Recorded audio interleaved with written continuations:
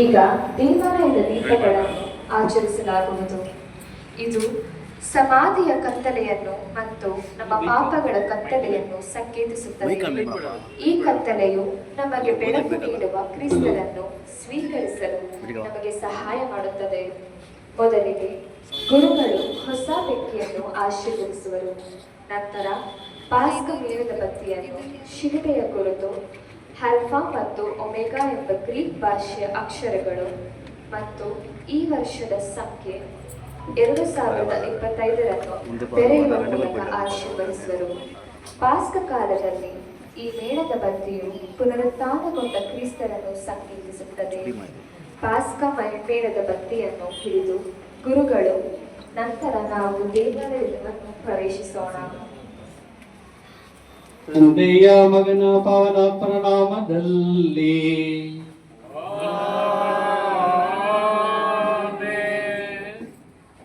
ಸಹೋದರ ಸಹೋದರಿಯರು, ನಮ್ಮ ಪ್ರಭು ಯೇಸು ಕ್ರಿಸ್ತರು ಮರಣವನ್ನು ಜಯಿಸಿ ಪುನರ್ಜೀವಂತರಾದ ಈ ಪರಮ ಪವಿತ್ರ ರಾತ್ರಿಯಲ್ಲಿ ವಿಶ್ವದಾದ್ಯಂತ ಹರಡಿರುವ ತನ್ನ ಮಕ್ಕಳು ಒಟ್ಟುಗೂಡಿ ಜಾಗರಣೆ ಮಾಡುತ್ತಾ ಪ್ರಾರ್ಥಿಸುವಂತೆ ಧರ್ಮಸಭೆಯು ಆಹ್ವಾನಿಸುತ್ತದೆ.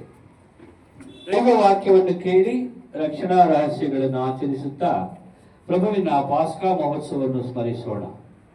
ಆಗ ಮರಣದ ಮೇಲೆ ಅವರು ಪಡೆದ ವಿಜಯದಲ್ಲಿ ನಾವು ಭಾಗಿಗಳಾಗುವ ಭರವಸೆ ಹೊಂದುವೆವು ಮತ್ತು ಅವರೊಡನೆ ದೇವರಲ್ಲಿ ಜೀವಿಸುವ ಭಾಗ್ಯ ನಮ್ಮದಾಗುವುದು.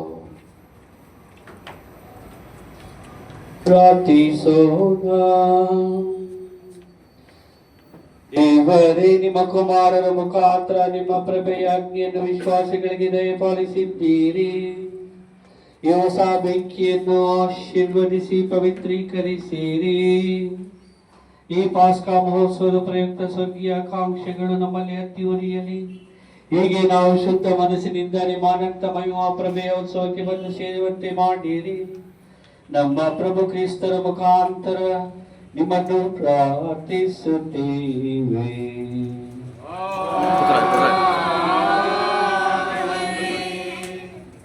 ಕ್ರಿಸ್ತರು ನಿನ್ನೆಯೂ ಇದ್ದು ಇರುವವರು, ಆದಿಯು ಅಂತ್ಯವೂ ಅವರೇ, ಆಲ್ಫವು ಮೇಘವೂ ಅವರೇ. ಎಲ್ಲಾ ಕಾಲಗಳು ಎಲ್ಲಾ ಯುಗಗಳು ಅವರವೇ. ಅಧಿಕಾರವು ಮಹಿಮೆಯು ನಿತ್ಯ ಕಾಲಕ್ಕೂ ಅವರಿಗೆ ಸಲ್ಲಲಿ. ಆಮೆನ್.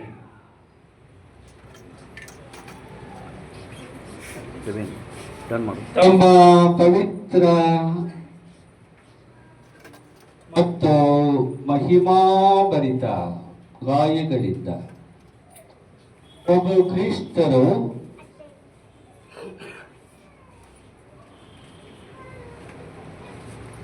ನಮ್ಮನ್ನು ಕಾಪಾಡಿ ರಕ್ಷಿಸಲಿ.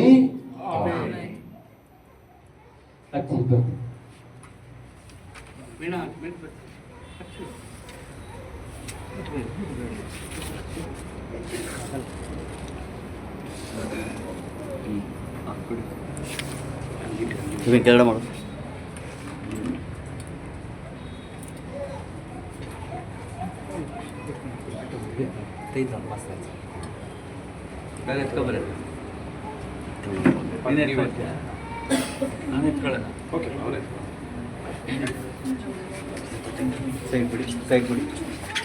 ಇಗೋ ಕ್ರಿಸ್ತರ ಬೆಳಕು,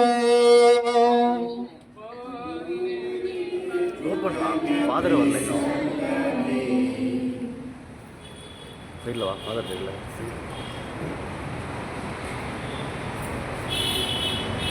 ಇಗೋ ಕ್ರಿಸ್ತರ ಬೆಳಕು,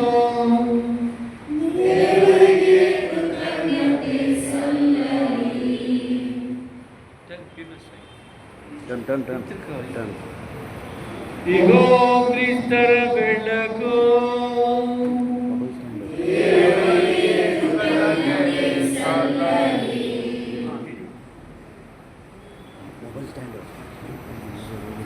ಮೆತ್ತಿಗೆ ಉಯ್ದು ಬಿಡುತ್ತೆ ಒಳಗಡೆ.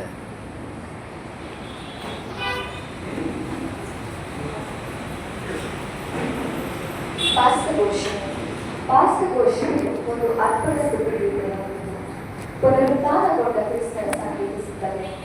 ಈ ಪುರಾತನ ಗೀತೆ ದೈವಶಾಸ್ತ್ರೀಯ ಆಳ ಮತ್ತು ಕಾವ್ಯಾತ್ಮಕ ಸೌಂದರ್ಯದಿಂದ ಕೂಡಿದೆ. ದೇವದೂತರ ಗಾಯನ ವೃಂದ ಮತ್ತು ಇಡೀ ಧರ್ಮ ಸಭೆಯು ಆನಂದದಿಂದ ಉತ್ಸಾಹಗೊಂಡರು ವಿಜಯಶಾಲಿಯಾಗಿ ಕರೆಗಿಡುವ ಮೂಲಕ ಆರಂಭವಾಗುತ್ತದೆ.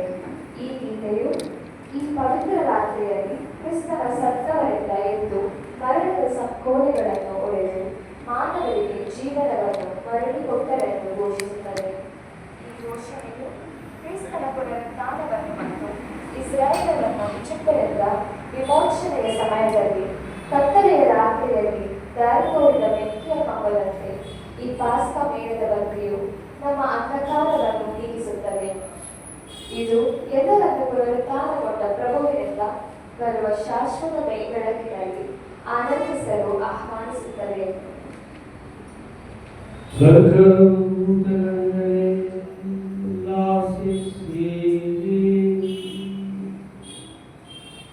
ದೇವದೂತರೊಂದಿಗೆ ಸಂತೋಷಿಸಿ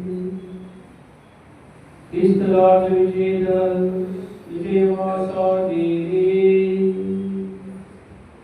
ನಮ್ಮ ರಕ್ಷಾತಂತು ಎನ್ನುವುದಿಲ್ಲ. ಕ್ರಿಸ್ತರಾಜ ಜ್ಯೋತಿ ತುಂಬಿ ಬೆಳಗುವ ಪೃಥ್ವಿಯೇ ಆನಂದಿಸು ನೀ ಹರ್ಷೋದ್ವಾರವನ್ನು. ಕ್ರಿಸ್ತ ರಕ್ಷಾ ಮಹಿಮೆಯಿಂದ ಮೇಲೆ ಕವಿದಿದೆ.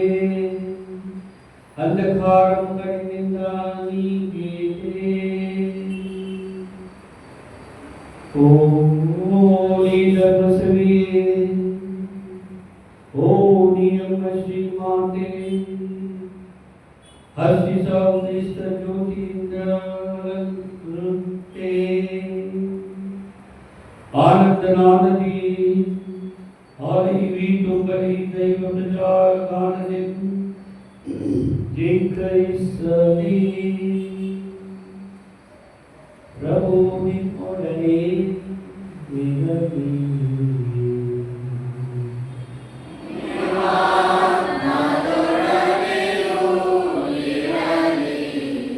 ನಿಮ್ಮ ಹೃದಯಗಳನ್ನು ಮೇಲಕ್ಕೆತ್ತಿರಿ.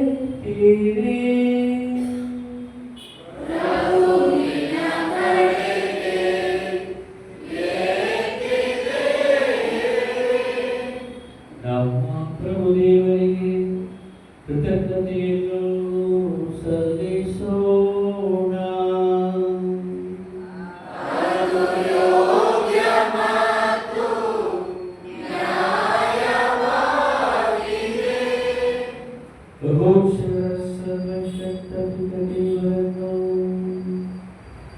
ಅವರ ಏಕಮಾತ್ರ ಕುಮಾರರು ನಮ್ಮ ಪ್ರಭು ಯೇಸು ಕ್ರಿಸ್ತರನ್ನು ದುರ್ಮರಣದಿಂದಲೂ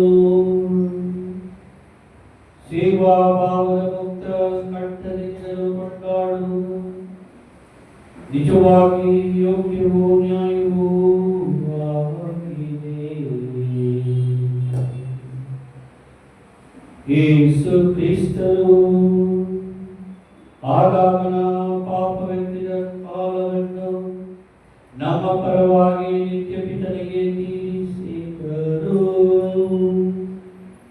ಇಂದಿನ ಪಾಪ ದೋಷವನ್ನು ತಮ್ಮ ಪವಿತ್ರ ರಕ್ತಧಾರೆಯಿಂದ ತೊಡೆದು ಹಾಕಿದರು.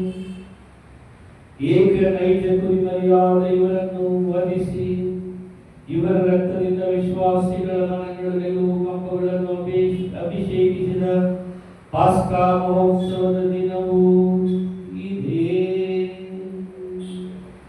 ನಮ್ಮ ಪೂರ್ವಜರಾದ ಇಸ್ರಾಯೇಲ ಮಕ್ಕಳನ್ನು ಈಜಿಪ್ಟಿನಿಂದ ಬಿಡುಗಡೆ ಮಾಡಿ ಅವರ ಕಾಲು ಕೂಡ ನಡೆಯದಂತೆ ಕೆಂಪು ಸಮುದ್ರವನ್ನು ದಾಟಿಸಿದ ರಾತ್ರಿ ಇದೆ. ಅಗ್ನಿಸ್ತಂಭದ ಬೆಳಕಿನಿಂದ ಪಾಪದ ಕತ್ತಲೆಯನ್ನು ತೊಲಗಿಸಿದ ರಾತ್ರಿ ಇದೆ.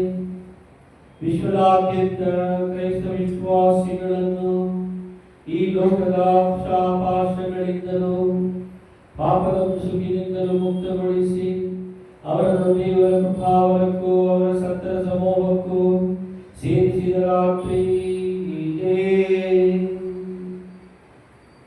ಕ್ರಿಸ್ತರು ಮರಣ ಬಂಧನವನ್ನು ವಿನಾಶಗೊಳಿಸಿ ಮೃತ್ಯು ಲೋಕದಿಂದ ಜಯಶೀಲರಾಗಿ ಉತ್ಥಾನರಾದ ರಾತ್ರಿ ಇದೆ. ತಂದೆಯೇ, ನಮ್ಮಲ್ಲಿ ನೀವು ತೋರಿದ ಮಮತೆ ಎಷ್ಟೊಂದು ಆಶ್ಚರ್ಯವಾದದ್ದು. ದಾಸನನ್ನು ರಕ್ಷಿಸಲು ಕುಮಾರನನ್ನೇ ದಾನ ಮಾಡಿದ ನಿಮ್ಮ ವಾತ್ಸಲ್ಯ ಎಂಥ ಗಮ್ಯವಾದದ್ದು. ಕ್ರಿಸ್ತರ ಮರಣದಿಂದ ವಿನಾಶವಾದ ಆದಾಮನ ಪಾಪವು ಖಂಡಿತವಾಗಿ ಎಷ್ಟು ಅಗತ್ಯವಾಗಿತ್ತು. ಇಂತಹ ಶ್ರೇಷ್ಠ ಆಗಮನಾಮಿತ ರಕ್ಷಕರನ್ನು ಪಡೆಯಲು ಅನುವು ಮಾಡಿದ ಅಪರಾಧವು ಅದೆಷ್ಟು ಆನಂದಮಯವಾಗಿತ್ತು.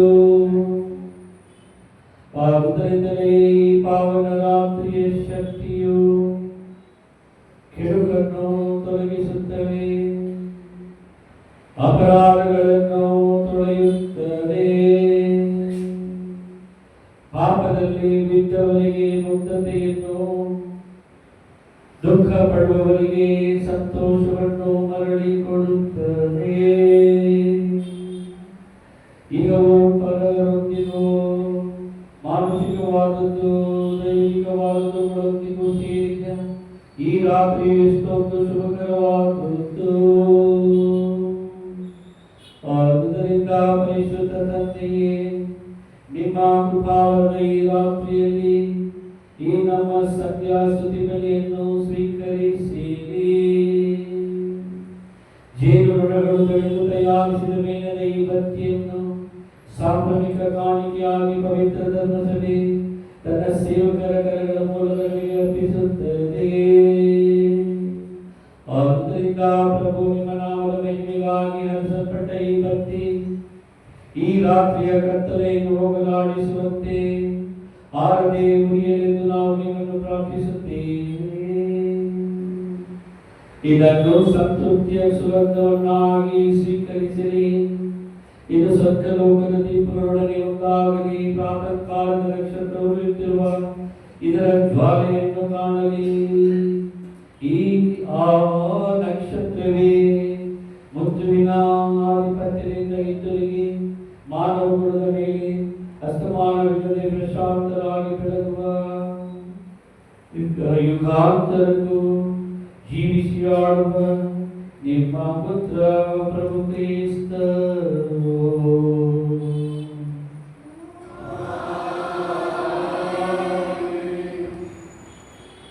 ಸಹೋದರ ಸಹೋದರಿ, ಪಾಸ್ಕಾ ಜಾಗರಣೆಯನ್ನು ಆಡಬರದಿಂದ ಪ್ರಾರಂಭಿಸುವ ನಾವು ಶಾಂತ ಹೃದಯದಿಂದ ದೇವರ ವಾಕ್ಯವನ್ನು ಆರಂಭಿಸುವ.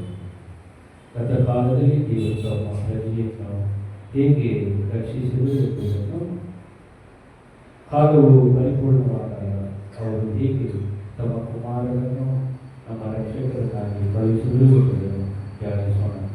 ನಮ್ಮ ದೇವರು ಈ ಪಾಸ್ಕಾ ರಕ್ಷಣಾ ಕಾರ್ಯವನ್ನು ಸಂಪೂರ್ಣಗೊಳಿಸಲಿ ಎಂದು ಪ್ರಾರ್ಥಿಸೋಣ.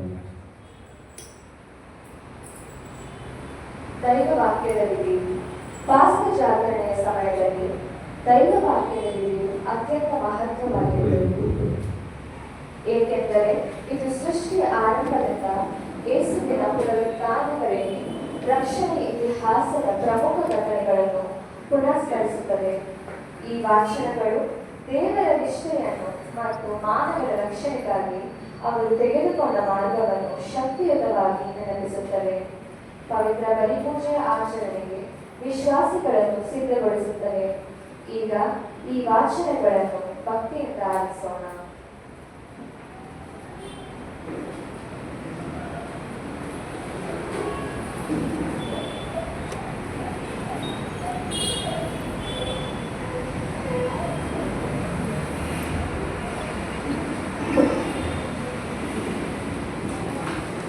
ತಾವು ಸೃಷ್ಟಿಸಿದ ಎಲ್ಲವನ್ನು ದೇವರು ನೋಡಿದನು, ಅವೆಲ್ಲವೂ ಬಹಳ ಚೆನ್ನಾಗಿತ್ತು. ಆದಿಕಾಂಡದಿಂದ ಇಂದಿನ ಮೊದಲನೆಯ ವಾಚನ. ಆದಿಯಲ್ಲಿ ದೇವರು ಪರಲೋಕ ಭೂಲೋಕವನ್ನು ಸೃಷ್ಟಿ ಮಾಡಿದರು. ಭೂಮಿ ನಿರಾಕಾರವಾಗಿಯೂ ಬರಿದಾಗಿಯೂ ಇತ್ತು. ಆದಿ ಸಾಗರದ ಮೇಲೆ ಕಗ್ಗತ್ತಲು ಕವಿದಿತ್ತು. ದೇವರಾತ್ಮ ಜಲರಾಶಿಯ ಮೇಲೆ ಚಲಿಸುತ್ತಿತ್ತು. ಆಗ ದೇವರು ಬೆಳಕಾಗಲಿ ಎನ್ನಲು ಬೆಳಕಾಯಿತು. ದೇವರ ಕಣ್ಣಿಗೆ ಅದು ಚೆನ್ನಾಗಿ ಕಂಡಿತು. ಅವರು ಬೆಳಕನ್ನು ಕತ್ತಲೆಯನ್ನು ಬೇರೆ ಬೇರೆ ಮಾಡಿ ಬೆಳಕಿಗೆ ಹಗಲೆಂದು ಕತ್ತಲೆಗೆ ഇരുಳೆಂದು ಹೆಸರಿಟ್ಟರು. ಹೀಗೆ ಬೈಗೂ ಬೆಳಗುವ ಹಾಗೆ ಮೊದಲನೆಯ ದಿನವಾಯಿತು. ಬಳಿಕ ದೇವರು ಜಲರಾಶಿಯ ನಡುವೆ ವಿಸ್ತಾರವಾದ ಒಂದು ಗುಮ್ಮಟವು ಉಂಟಾಗಲಿ, ಅದು ಕೆಳಗಿನ ನೀರನ್ನು ಮೇಲಿನ ನೀರನ್ನು ಬೇರೆ ಬೇರೆ ಮಾಡಲಿ ಎಂದರು. ಹಾಗೆಯೇ ಆಯಿತು. ಹೀಗೆ ದೇವರು ವಿಸ್ತಾರವಾದ ಗುಮ್ಮಟವೊಂದನ್ನು ಮಾಡಿ ಕೆಳಗಿದ್ದ ನೀರನ್ನು ಮೇಲಿದ್ದ ನೀರಿನಿಂದ ವಿಂಗಡಿಸಿದರು. ದೇವರು ಆ ಗುಮ್ಮಟಕ್ಕೆ ಆಕಾಶ ಎಂದು ಹೆಸರಿಟ್ಟರು. ಹೀಗೆ ಬೈಗೂ ಬೆಳಗು ಆಗಿ ಎರಡನೇ ದಿನ ಆಯಿತು. ಅನಂತರ ದೇವರು ಆಕಾಶದ ಕೆಳಗಿರುವ ನೀರೆಲ್ಲ ಒಂದೇ ಸ್ಥಳದಲ್ಲಿ ಕೂಡಿಕೊಳ್ಳಲಿ, ಒಣನೆಲವು ಕಾಣಿಸಿಕೊಳ್ಳಲಿ ಎಂದರು. ಹಾಗೆಯೇ ಆಯಿತು. ದೇವರು ಒಣನೆಲಕ್ಕೆ ಭೂಮಿ ಎಂದು, ಜಲರಾಶಿಗೆ ಸಮುದ್ರ ಎಂದು ಹೆಸರಿಟ್ಟರು. ದೇವರ ಕಣ್ಣಿಗೆ ಅದು ಚೆನ್ನಾಗಿ ಕಂಡಿತು. ತರುವಾಯ ದೇವರು ಭೂಮಿಯ ಸಸ್ಯಗಳನ್ನು, ಎಲ್ಲ ತರದ ದವಸ ಧಾನ್ಯ, ಹಣ್ಣು ಹಂಪಲು ಇವುಗಳನ್ನು ಬಿಡುವ ಗಿಡಮರ ಬಳ್ಳಿಗಳನ್ನು ಬೆಳೆಸಲಿ ಎಂದರು. ಅದು ಹಾಗೆಯೇ ಆಯಿತು. ಭೂಮಿಯಲ್ಲಿ ಸಸ್ಯಗಳು ಬೆಳೆದವು. ಎಲ್ಲ ತರದ ದವಸ ಧಾನ್ಯಗಳನ್ನು, ಹಣ್ಣು ಹಂಪಲುಗಳನ್ನು ಬಿಡುವ ಗಿಡಮರ ಬಳ್ಳಿಗಳು ಕಾಣಿಸಿಕೊಂಡವು. ದೇವರ ಕಣ್ಣಿಗೆ ಅವು ಚೆನ್ನಾಗಿ ಕಂಡವು. ಹೀಗೆ ಬೈಗೂ ಬೆಳಗುವ ಹಾಗೆ ಮೂರನೆಯ ದಿನವಾಯಿತು. ಅದಾದ ನಂತರ ದೇವರು ಹಗಲು ഇരുಳುಗಳನ್ನು ಬೇರೆ ಬೇರೆ ಮಾಡಲು ಋತುಕಾಲಗಳನ್ನು, ದಿನ ಸಂವತ್ಸರಗಳನ್ನು ಸೂಚಿಸಲು ಹಾಗೂ ಭೂಮಿಗೆ ಬೆಳಕನ್ನೀಯಲು ಆಕಾಶ ದೀಪಗಳು ಉಂಟಾಗಲಿ ಎಂದರು. ಹಾಗೆಯೇ ಆಯಿತು. ಹಗಲನ್ನಾಡುವುದಕ್ಕೆ ಸೂರ್ಯನನ್ನು, ഇരുಳನ್ನಾಡುವುದಕ್ಕೆ ಚಂದ್ರನನ್ನು, ಹೀಗೆ ಎರಡು ದೀವಿಗಳನ್ನು ಸೃಷ್ಟಿ ಮಾಡಿದರು. ಅದು ಮಾತ್ರವಲ್ಲ, ನಕ್ಷತ್ರಗಳನ್ನು ಅವರು ಸೃಷ್ಟಿ ಮಾಡಿದರು. ಆ ದೀವಿಗಳನ್ನು ಆಕಾಶದಲ್ಲಿಟ್ಟು ಭೂಮಿಗೆ ಬೆಳಕು ನೀಡುವಂತೆಯೇ ಮಾಡಿದರು. ಹಾಗೂ ಹಗಲಿರುಳನ್ನು ಆಡುವುದಕ್ಕೂ ಬೆಳಕನ್ನು ಕತ್ತಲನ್ನು ಬೇರೆ ಬೇರೆ ಮಾಡುವುದಕ್ಕೂ ಅವುಗಳನ್ನು ನೇಮಿಸಿದರು. ದೇವರ ಕಣ್ಣಿಗೆ ಅದು ಚೆನ್ನಾಗಿ ಕಂಡಿತು. ಹೀಗೆ ಬೈಗೂ ಬೆಳಗುವ ಹಾಗೆ ನಾಲ್ಕನೆಯ ದಿನ ಆಯಿತು. ಆಮೇಲೆ ದೇವರು ಹಲವಾರು ಜಂತುಗಳು ನೀರಿನಲ್ಲಿ ತುಂಬಿಕೊಳ್ಳಲಿ, ಭೂಮಿ ಆಕಾಶಗಳ ನಡುವೆ ಪಕ್ಷಿಗಳು ಹಾರಾಡಲಿ ಎಂದರು. ಈ ಪ್ರಕಾರ ದೇವರು ದೊಡ್ಡ ಜಲಚರಗಳನ್ನು, ನೀರಿನಲ್ಲಿ ತುಂಬಿರುವ ನಾನಾ ವಿಧವಾದ ಜೀವಜಂತುಗಳನ್ನು, ರೆಕ್ಕೆಗಳುಳ್ಳ ಸಕಲ ವಿಧವಾದ ಪಕ್ಷಿಗಳನ್ನು ಸೃಷ್ಟಿ ಮಾಡಿದರು. ದೇವರ ದೃಷ್ಟಿಗೆ ಅದು ಚೆನ್ನಾಗಿ ಕಂಡಿತು. ಅವುಗಳಿಗೆ ದೇವರು, ನೀವು ಅಭಿವೃದ್ಧಿಯಾಗಿ ಹೆಚ್ಚಿರಿ, ಜಲಚರಗಳು ಸಮುದ್ರದ ನೀರಿನಲ್ಲಿ ತುಂಬಿಕೊಳ್ಳಲಿ, ಪಕ್ಷಿಗಳು ಭೂಮಿಯ ಮೇಲೆ ಹೆಚ್ಚಲಿ ಎಂದು ಹೇಳಿ ಆಶೀರ್ವದಿಸಿದರು. ಹೀಗೆ ಬೈಗೂ ಬೆಳಗು ಆಗಿ 5ನೆಯ ದಿನ ಆಯಿತು. ಆ ಬಳಿಕ ದೇವರು ಭೂಮಿಯಿಂದ ಎಲ್ಲಾ ತರದ ಜೀವ ಜಂತುಗಳು ಸೃಷ್ಟಿಯಾಗಲಿ, ದೊಡ್ಡ ಚಿಕ್ಕ ಸಾಕು ಪ್ರಾಣಿಗಳು, ಕಾಡು ಮೃಗಗಳು ಹುಟ್ಟಲಿ ಎಂದರು. ಅಂತೆಯೇ ಆಯಿತು. ಎಲ್ಲ ತರದ ದೊಡ್ಡ ಚಿಕ್ಕ ಕಾಡು ಮೃಗಗಳನ್ನು, ಸಾಕು ಪ್ರಾಣಿಗಳನ್ನು, ನೆಲದ ಮೇಲೆ ಹರಿದಾಡುವ ಕೀಟಗಳನ್ನು ದೇವರು ಸೃಷ್ಟಿ ಮಾಡಿದರು. ಅವರ ನೋಟಕ್ಕೆ ಅದು ಚೆನ್ನಾಗಿ ಕಂಡಿತು. ಅದಾದ ನಂತರ ದೇವರು ನಮ್ಮಂತೆ ಇರುವ ಹಾಗೂ ನಮ್ಮನ್ನು ಹೋಲುವ ಮನುಷ್ಯರನ್ನು ಉಂಟು ಮಾಡೋಣ. ಅವರು ಸಮುದ್ರದ ಮೇಲಿರುವ ಮೀನುಗಳ ಮೇಲೆಯೂ, ಅಂತರಿಕ್ಷದಲ್ಲಿ ಹಾರಾಡುವ ಪಕ್ಷಿಗಳ ಮೇಲೆಯೂ, ದೊಡ್ಡ ಚಿಕ್ಕ ಸಾಕು ಪ್ರಾಣಿ ಹಾಗೂ ಕಾಡು ಮೃಗಗಳ ಮೇಲೆಯೂ, ನೆಲದ ಮೇಲೆ ಹರಿದಾಡುವ ಕೀಟಗಳ ಮೇಲೆಯೂ ದೊರೆತನ ಮಾಡಲಿ ಎಂದರು. ಹೀಗೆ ದೇವರು ಸೃಷ್ಟಿಸಿದರು. ನರನನ್ನು ತಮ್ಮ ಹೋಲಿಕೆಯಲ್ಲಿ ಸೃಷ್ಟಿಸಿದರು. ಅವರನ್ನು ದೇವಾನು ರೂಪದಲ್ಲಿ ಸೃಷ್ಟಿಸಿದರು. ಅವರನ್ನು ಸ್ತ್ರೀ ಪುರುಷರನ್ನಾಗಿ ಅವರನ್ನು ದೇವರು ಆಶೀರ್ವದಿಸಿ, ನೀವು ಅಭಿವೃದ್ಧಿಯಾಗಿ ಅನೇಕ ಮಕ್ಕಳನ್ನು ಪಡೆಯಿರಿ, ಭೂಮಿಯಲ್ಲಿ ಹರಡಿಕೊಂಡು ಅದನ್ನು ವಶಪಡಿಸಿಕೊಳ್ಳಿ.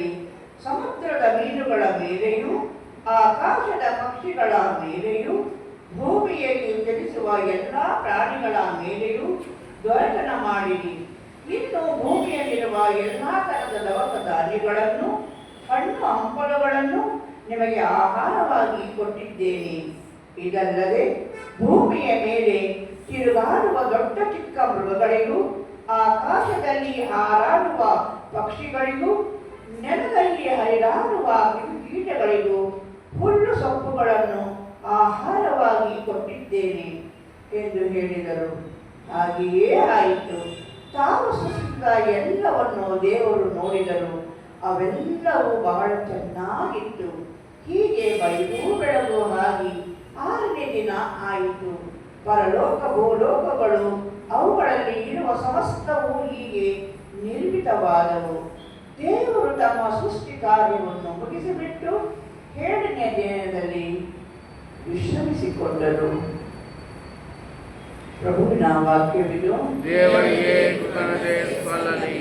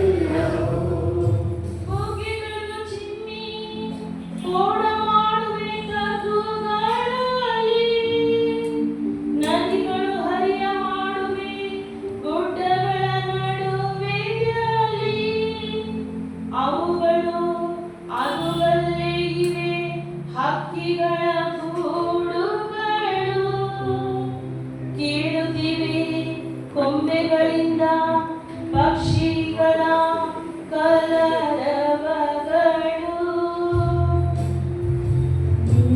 ಉಸಿರನೋದಲು ಹೊಸದಾಗುವುದು ಪುನಶ್ಚೇತನಗೊಳ್ಳುವುದು ಜಗವೆಲ್ಲವೂ ಸೃಜಿಸಿರುವ ಎಲ್ಲವನ್ನು ಸುಜ್ಞಾನದಿಂದ ಜಗವೆಲ್ಲ ತುಂಬಿರಿ ನಿನ್ನ ಸೃಷ್ಟಿಯಿಂದ ಪ್ರಭುವನ್ನು ನನ್ನ ಮನದಲ್ಲಿ ಸ್ತುತಿಸಲಿ ಪ್ರಭುವಿಗೆ ಸ್ತುತಿ ಸ್ತೋತ್ರವಾಗಲಿ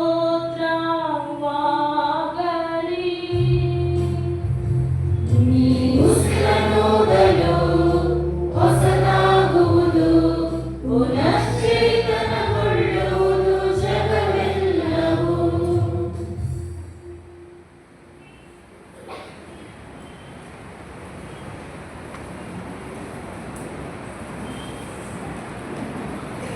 ಪ್ರಾರ್ಥಿಸೋಣ.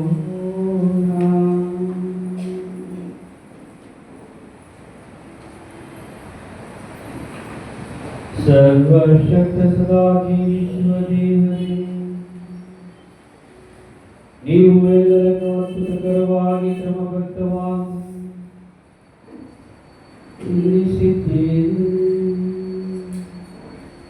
ನಿಮ್ಮಿಂದ ರಕ್ಷಣೆ ಹೊಂದಿದವರೆಲ್ಲರೂ ಕಾಲಾಂತ್ಯದಲ್ಲಿ ನಮ್ಮ ಪಾಸ್ಕಾ ಕುರಿಮರಿಯಾದ ಕ್ರಿಸ್ತರ ಬಲಿಯಾದದನ್ನು ಹೊರತು ಆದಿಯಲ್ಲಿ ನೀವು ದೈವ ಜಗತ್ತಿನ ಸೃಷ್ಟಿಯನ್ನು ಅತಿಶಯವಾದದ್ದು ಬೇರೊಂದಿಲ್ಲ ಎಂದು ಮನಗಾಣಲಿ. ಯುಗ ಯುಗಾಂತರಕ್ಕೂ ಜೀವಿಸಿ ಆಳು ನಿಮ್ಮನ್ನು ಪ್ರಾರ್ಥಿಸುತ್ತೇವೆ.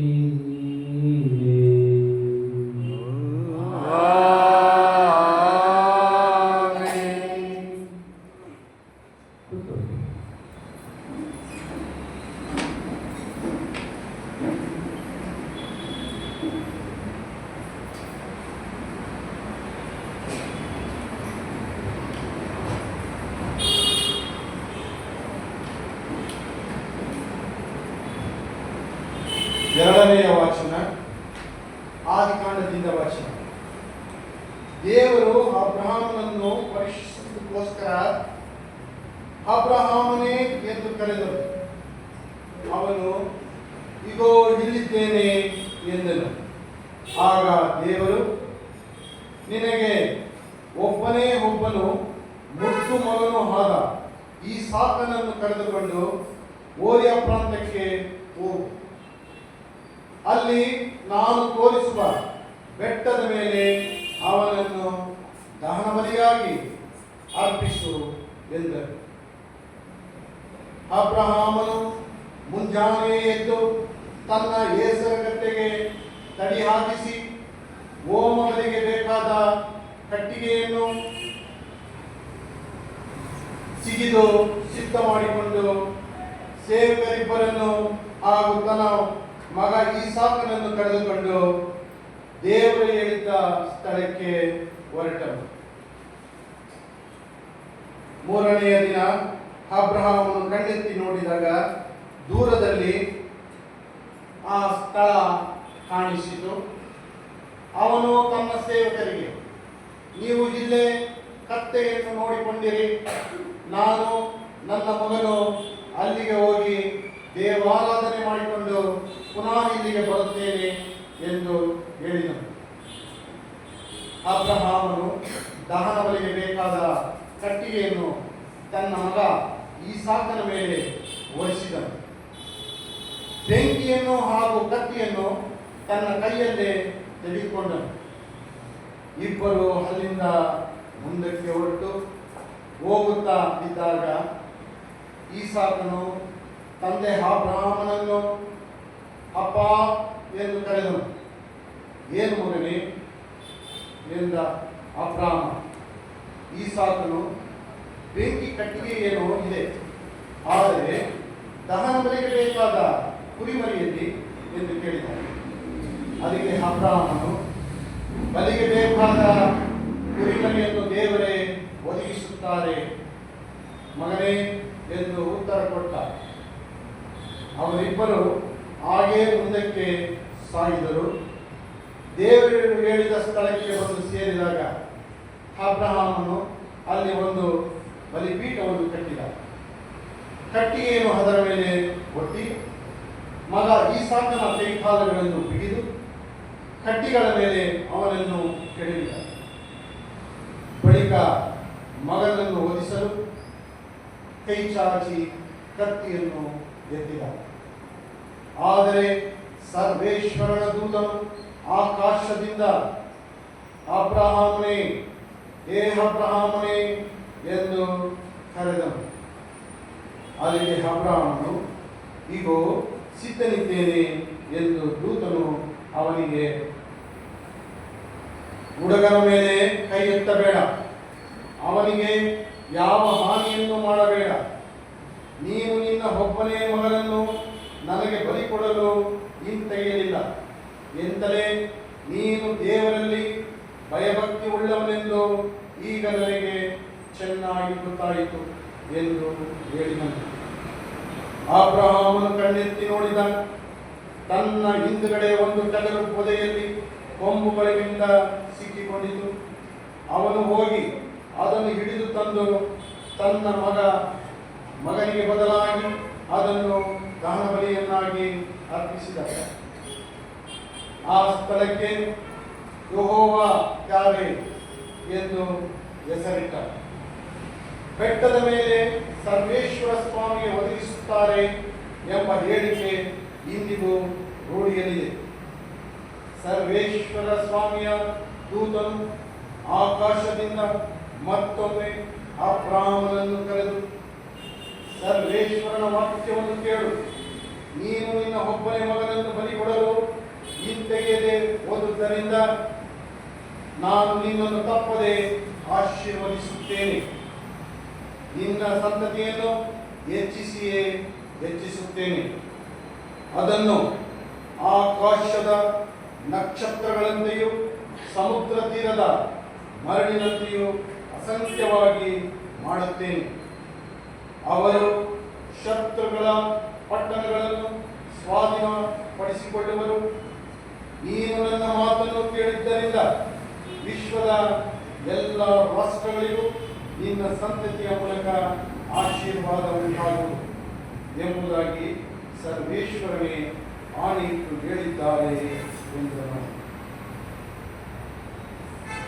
ಪ್ರಭುವಿನ ವಾಕ್ಯ. ದೇವರಿಗೆ ಸ್ತುತಿ ಸಲ್ಲಲಿ.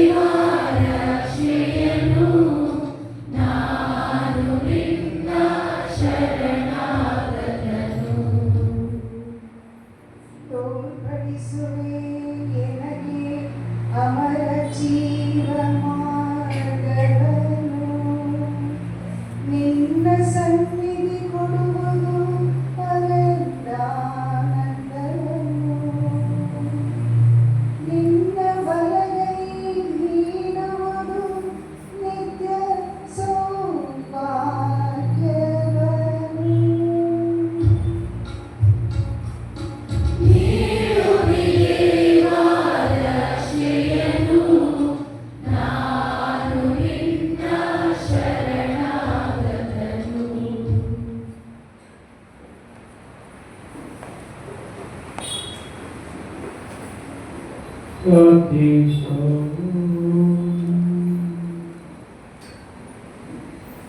ದೇವರೇ ವಿಶ್ವಾಸಿಗಳ ಪರಮಪಿತನೇ, ನೀವು ತಟ್ಟು ಸ್ವೀಕಾರದ ಕೃಪವರವನ್ನು ವಿಶ್ವಾಸದಾಂತಧಾರಣವಾಗಿ ಸುರಿಸಿದ್ದೀರಿ. ಹೀಗೆ ನಿಮ್ಮ ವಾಗ್ದಾನದ ಮಕ್ಕಳ ಸಂಖ್ಯೆಯನ್ನು ಹೆಚ್ಚಿಸುತ್ತೀರಿ.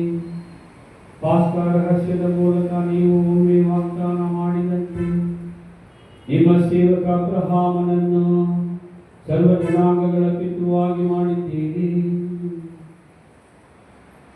ನಿಮ್ಮ ಪ್ರಜೆಗಳು ನಿಮ್ಮ ಕರೆಯ ಕೃಪಾವರಕ್ಕೆ ಯೋಗ್ಯವಾಗಿ ಬಂದು ಸೇರುವಂತೆ ಅನುಗ್ರಹಿಸಿರಿ. ನಮ್ಮ ಪ್ರಭು ಕ್ರಿಸ್ತರ ಮುಖಾಂತರ ನಿಮ್ಮನ್ನು ಪ್ರಾರ್ಥಿಸುತ್ತೇವೆ.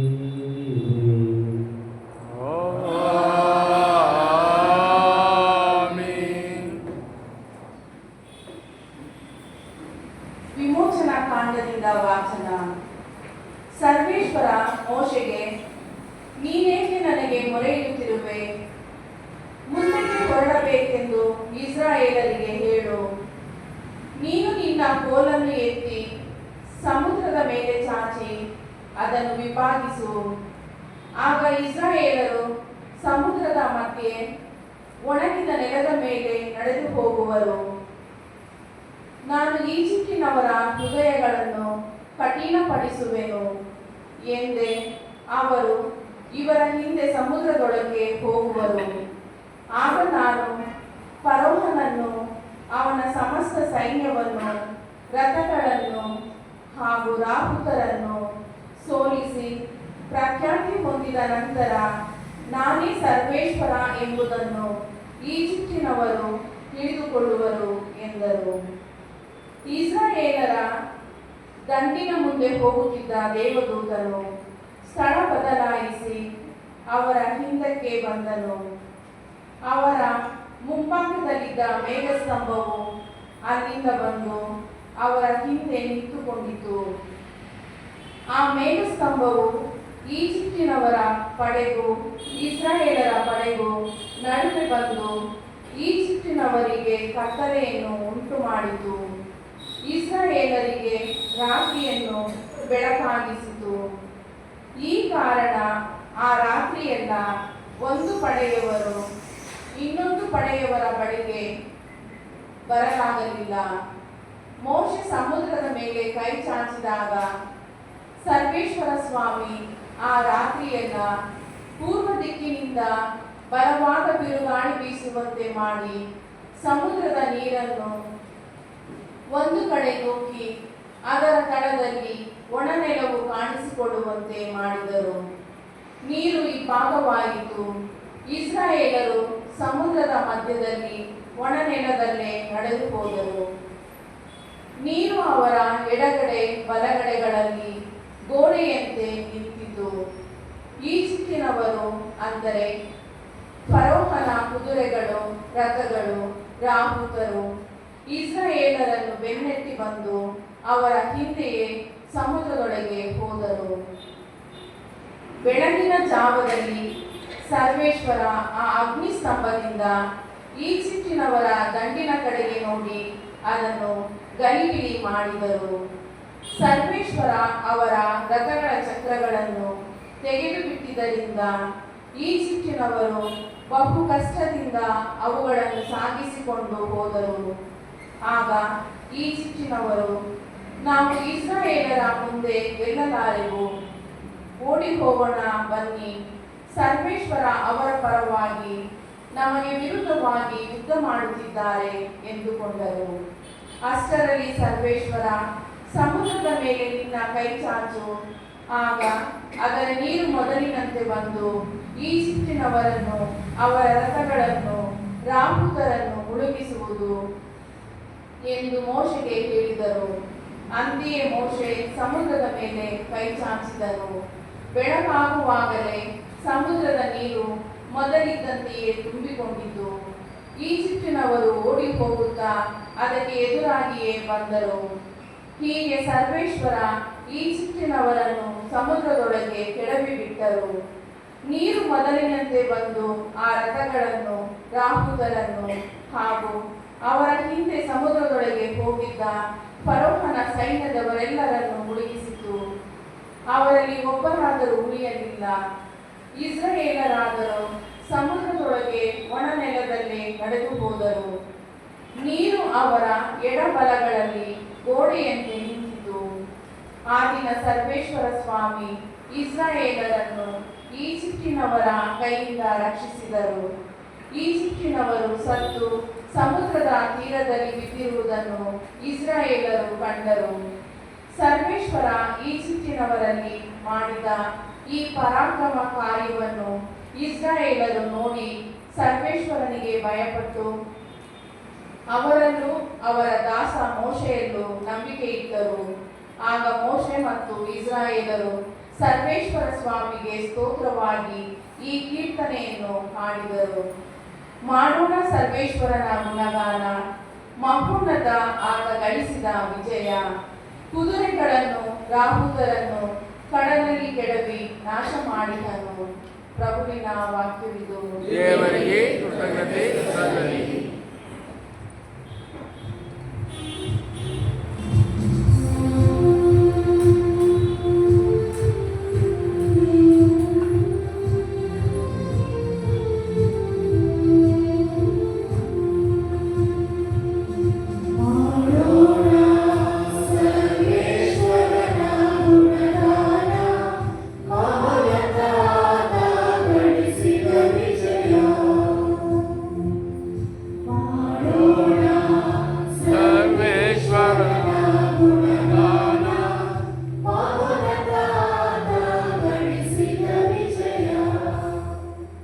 ಮಾಡೋಣ ಸರ್ವೇಶ್ವರನ ಗುಣಗಾನ, ಮಹೋನ್ನತಾದ ಗಳಿಸಿದ ವಿಜಯ.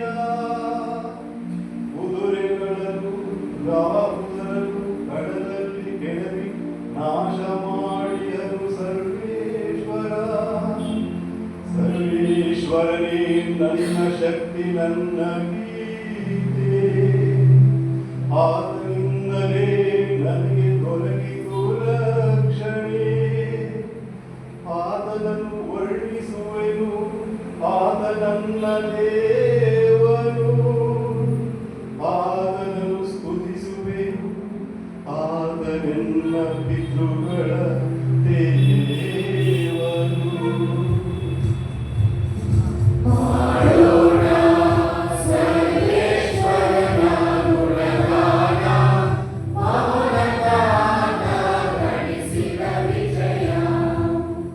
ಸರ್ವೇಶ್ವರನು ಯುದ್ಧ ಶೂರನು, ಸರ್ವೇಶ್ವರ ಎಂಬುದು ಆತನ ನಾಮಧೇಯವು.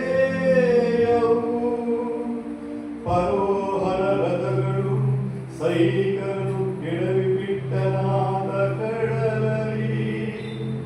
ಫರೋಹನ ವೀರ ಶ್ರೇಷ್ಠರನ್ನು ಉಳಿಸಿ ಬಿಟ್ಟನಾದ ಕೆಂಪು ಸಮುದ್ರದಲ್ಲಿ. ಮುಚ್ಚಿಬಿಟ್ಟಿದ್ದವನು ಸಮುದ್ರದ ಸಾಗರವು. ಸೇರಿದವನು ಕಲ್ಲಿನೋಪಾದಿ ಕಡಲಿನ ತಳವನು.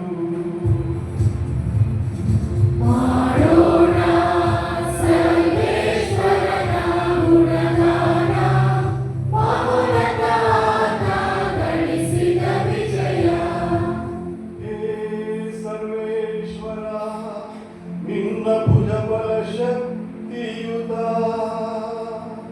ಪುಡಿ ಮಾಡಿತು ನಿನ್ನ ಶತ್ರುಗಳನ್ನು. ಆ ಬಾಹುಬಲ ನಿನ್ನ ಎದುರಾಳಿಗಳನ್ನು ಕೆಡವಿ ಬಿಡುತ್ತಿ ಮಹಾ ತೇಜಸ್ವಿಯಾಗಿ.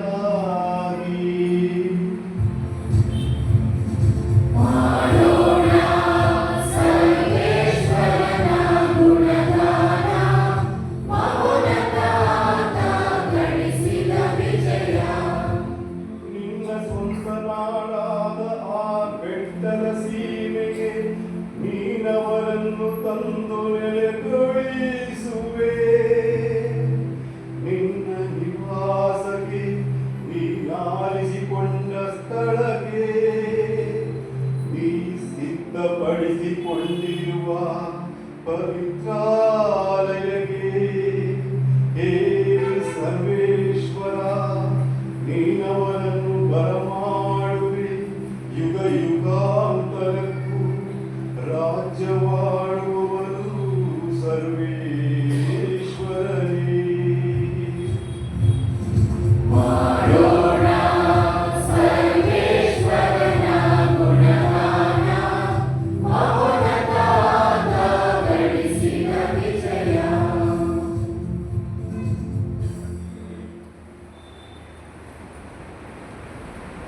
ದೇವರೇ,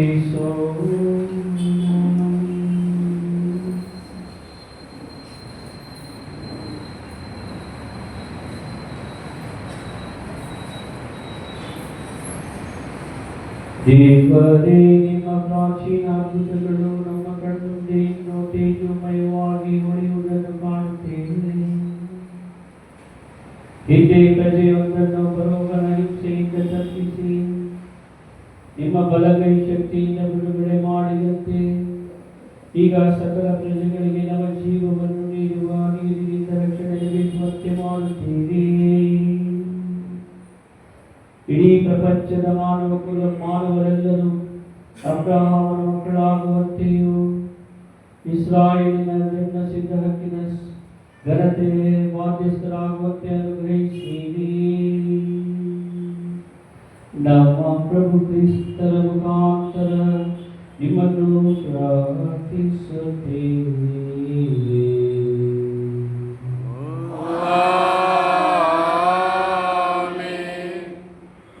ಮಹೋನ್ನತ ಘೋಷಣೆ. ಈಗ ನಾವು ಮಹೋನ್ನತ ಗೀತೆಯನ್ನು ಹಾಡುವ ಮೂಲಕ ಪ್ರಭು ಕ್ರಿಸ್ತರ ಪುನರುತ್ಥಾನವನ್ನು ಆನಂದದಿಂದ ಘೋಷಿಸುತ್ತೇವೆ. ಇದು ತಪಸ್ಸು ಕಾಲದ ಶೋಕದಿಂದ ವಿಜಯದ ಆನಂದಕ್ಕೆ ಒಂದು ತಿರುವನ್ನು ತರುತ್ತದೆ. ಕ್ರಿಸ್ತನು ಸಾವನ್ನು ಜಯಿಸಿ ಎಲ್ಲ ವಿಶ್ವಾಸಿಗಳಿಗೆ ನಿತ್ಯ ಜೀವನದ ದಾನವನ್ನು ಕರುಣಿಸಿದ್ದಾರೆ. ಈ ಗೀತೆಯನ್ನು ನಾವು ಆನಂದದಿಂದ ಹಾಡುವಾಗ ದೇವಾಲಯದ ಗಂಟೆಗಳು ಸಂತೋಷದಿಂದ ಮೊಳಗುತ್ತವೆ. ಬಲಿಪೀಠವು ಸುಂದರವಾಗಿ ಅಲಂಕರಿಸಲ್ಪಡುತ್ತದೆ ಮತ್ತು ಬಲಿಪೀಠದ ಮೇಲಿರುವ ದೀಪಗಳು ಬೆಳಕಿನಿಂದ ಕಂಗೊಳಿಸುತ್ತವೆ. ಇದಕ್ಕಿಂತ ಮಿಗಿಲಾಗಿ ನಮ್ಮ ಹೃದಯಗಳು ಕ್ರಿಸ್ತನ ಅಮರ ಜ್ಯೋತಿಯಿಂದ ಬೆಳಗಿ ಆತನ ಪುನರುತ್ಥಾನದ ವೈಭವದಲ್ಲಿ ಒಂದಾಗುತ್ತದೆ. ಬನ್ನಿ, ಪ್ರಭುವಿನ ಪುನರುತ್ಥಾನದ ಆನಂದದಲ್ಲಿ ಸಂಪೂರ್ಣವಾಗಿ ಭಾಗವಹಿಸೋಣ.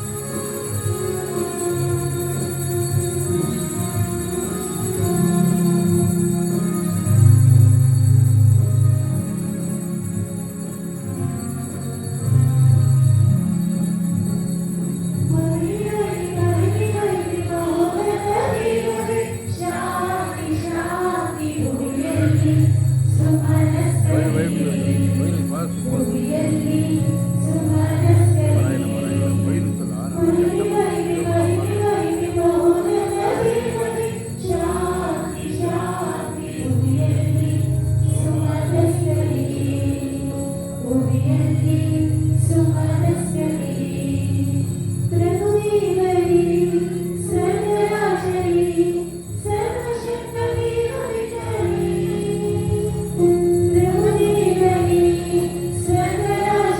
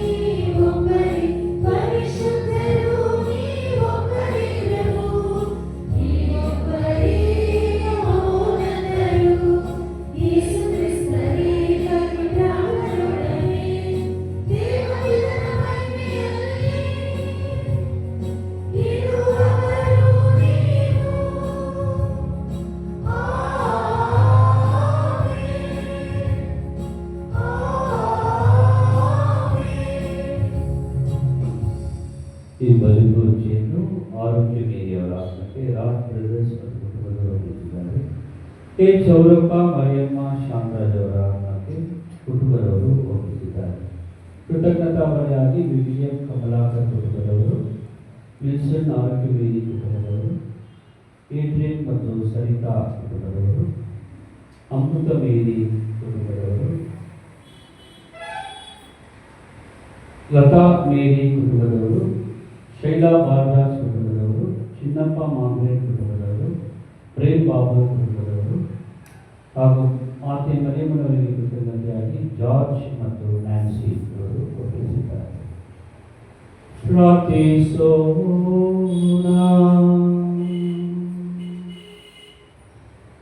ಈ ಮಹಾಪವಿತ್ರ ರಾತ್ರಿಯನ್ನು ಪ್ರಭುವಿನ ಪುನರುತ್ಥಾನದ ಮಹಿಮೆಯಿಂದ ಬೆಳಗಿಸುವ ದೇವರೇ,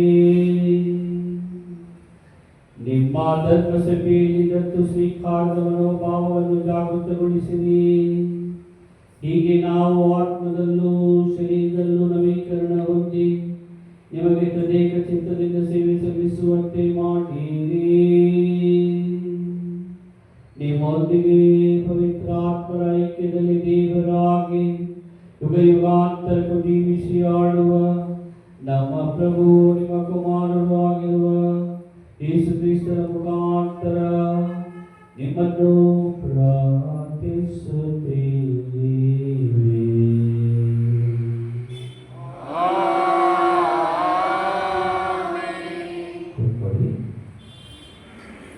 ಪೂಜೆಯ ಮೊದಲನೇ ವಾಚನ.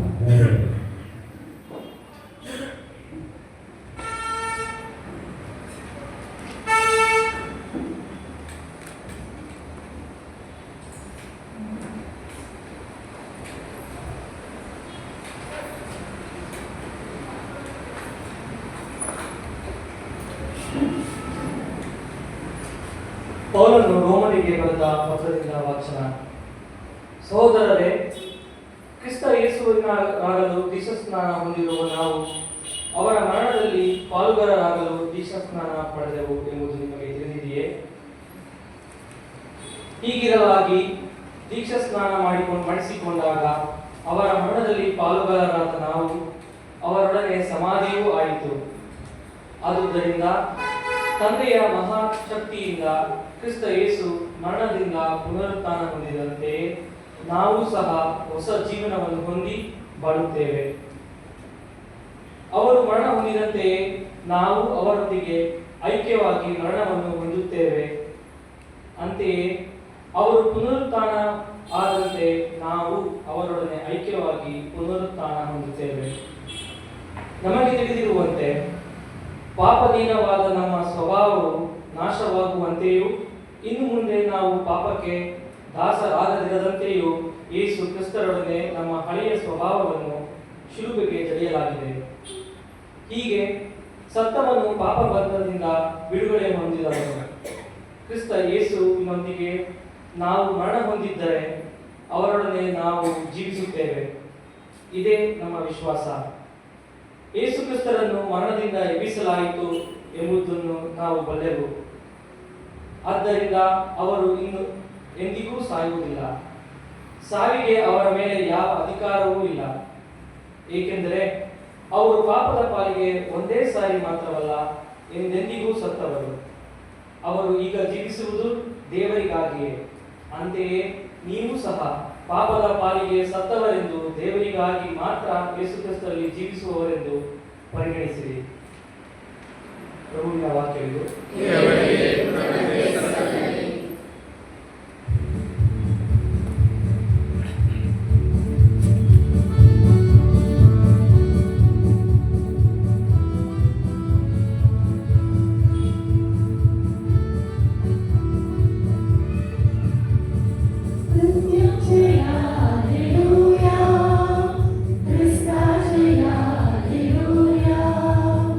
Hallelujah, hallelujah.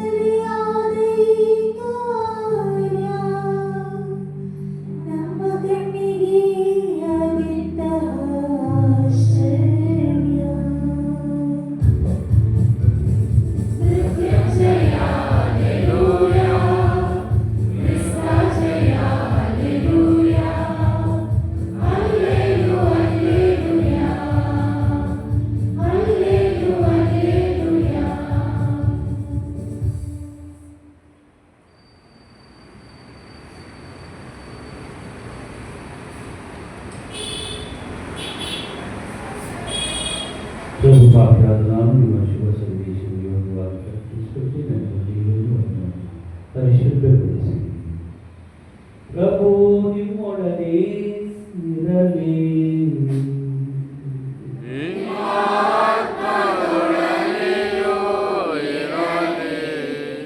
ಲೂಕನು ಬರೆದ ಪವಿತ್ರ ಶುಭ ಸಂದೇಶದಿಂದ ವಾಚನ.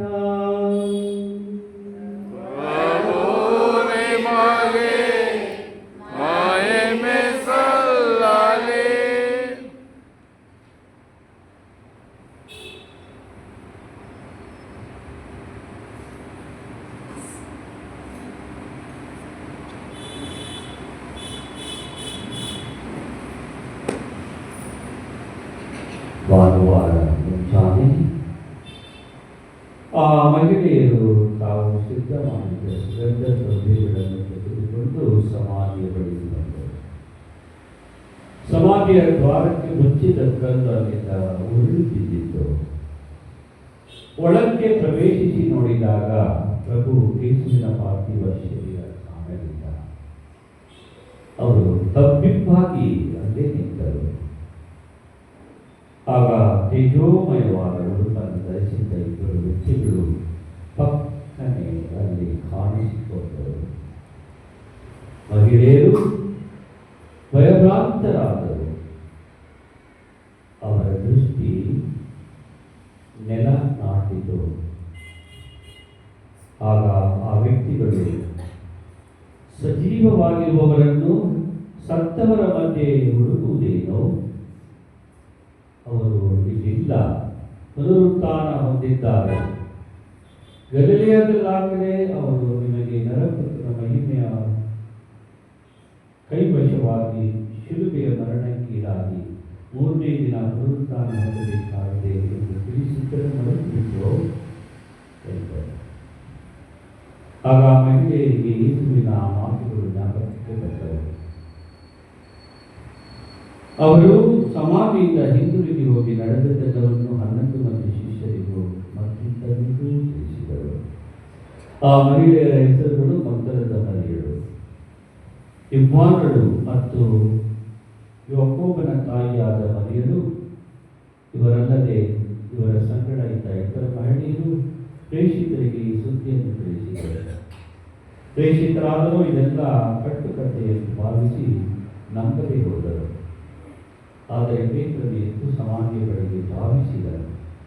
ಸಮಾಧಿಯೊಳಗೆ ಬಕ್ಕಿ ನೋಡಿದಾಗ ಶವಕ್ಕೆ ಸುತ್ತಿದ 4 ವಸ್ತುಗಳು ಮಾತ್ರ ಬಿದ್ದಿರುವುದನ್ನು ಕಂಡನು. ಇವೆಲ್ಲ ಎಷ್ಟೋ ಆಶ್ಚರ್ಯಕರವಾಗಿದೆ ಎಂದುಕೊಂಡು ಹಿಂದಿರುಗಿದನು. ಪ್ರಭುವಿನ ಶುಭ ಸಂದೇಶ.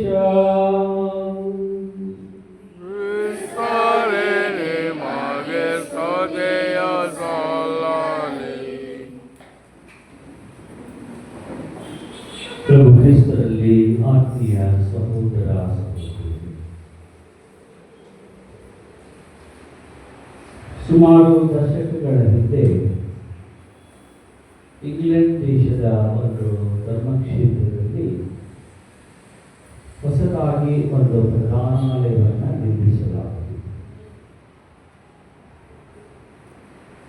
ಬಹಳ ವಿಶಾಲವಾದ ಹಾಗೂ ವೃತ್ತಾಕಾರದ ದೊಡ್ಡ ಪ್ರಧಾನಾಲಯ.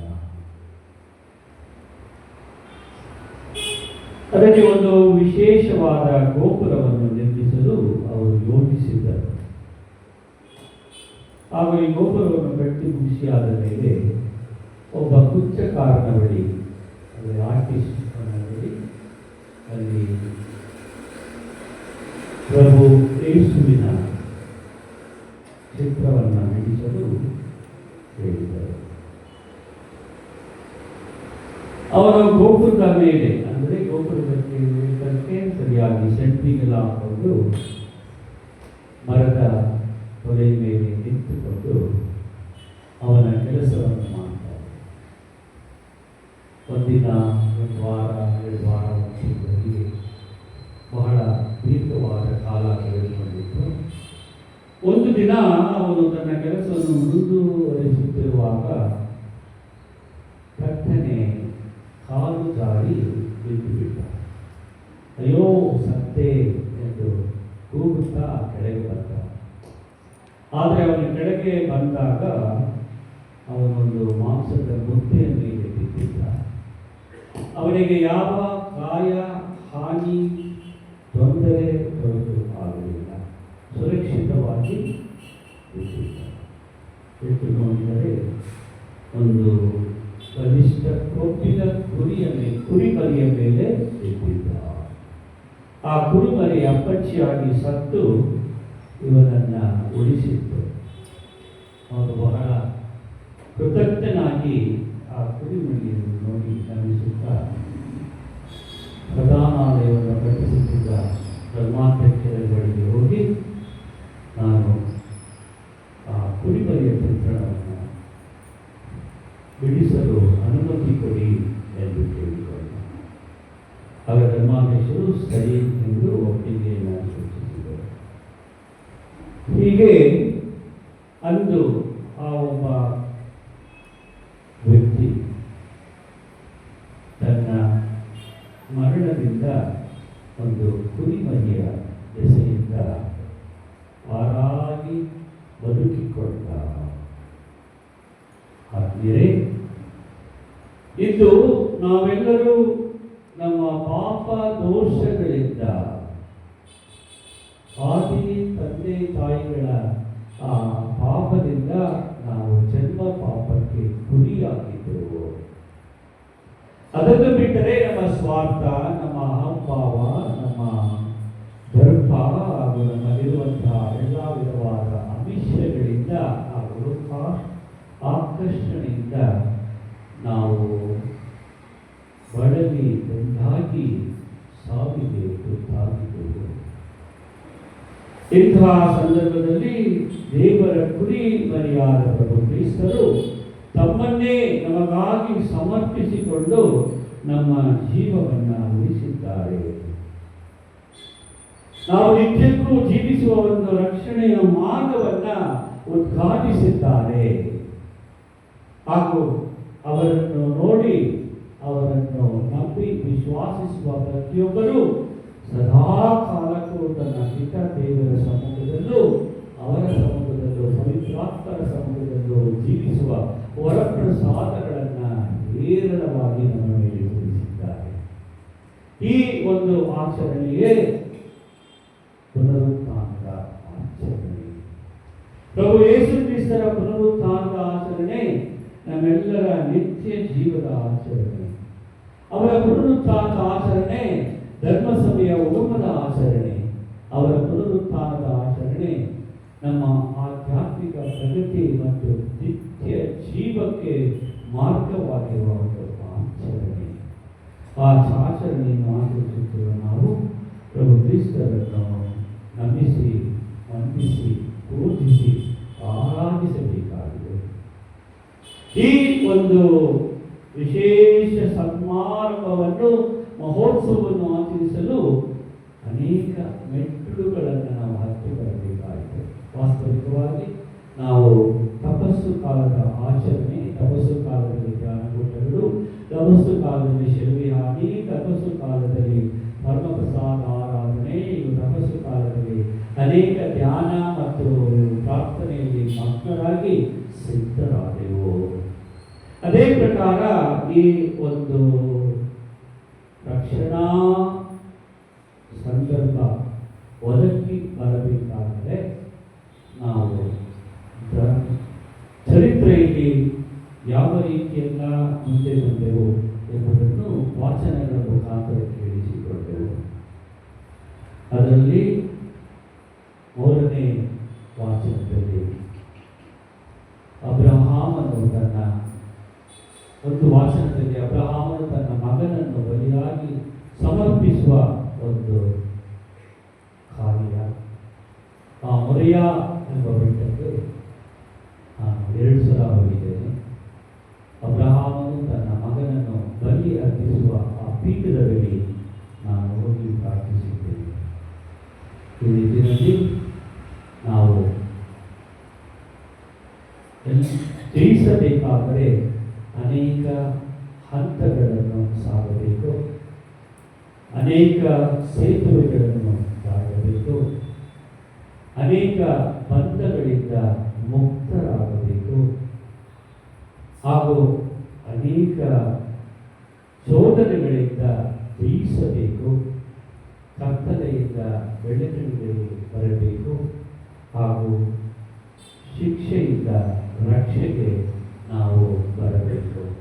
ಈ ನಿಟ್ಟಿನಲ್ಲಿ ಕ್ರಿಸ್ತರು ನಮ್ಮೆಲ್ಲರನ್ನೂ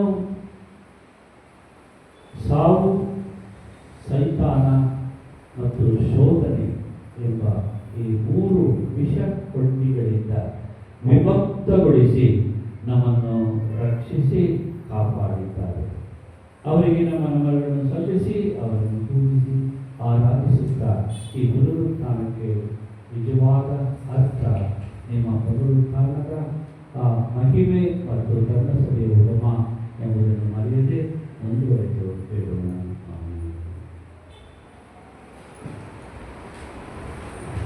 ಈಗ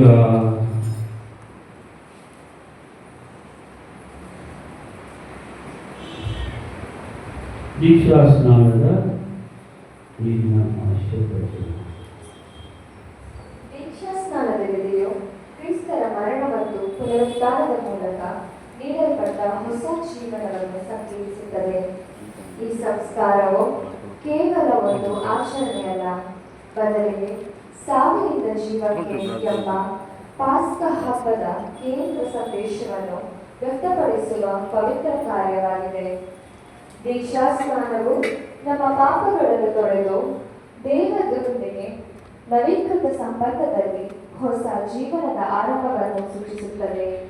ನೀರಿನ ಸಂಕೇತವು ಜೀವನ, ಶುದ್ಧತೆ ಮತ್ತು ಹೊಸ ಆರಂಭವನ್ನು ಪ್ರತಿನಿಧಿಸುತ್ತದೆ.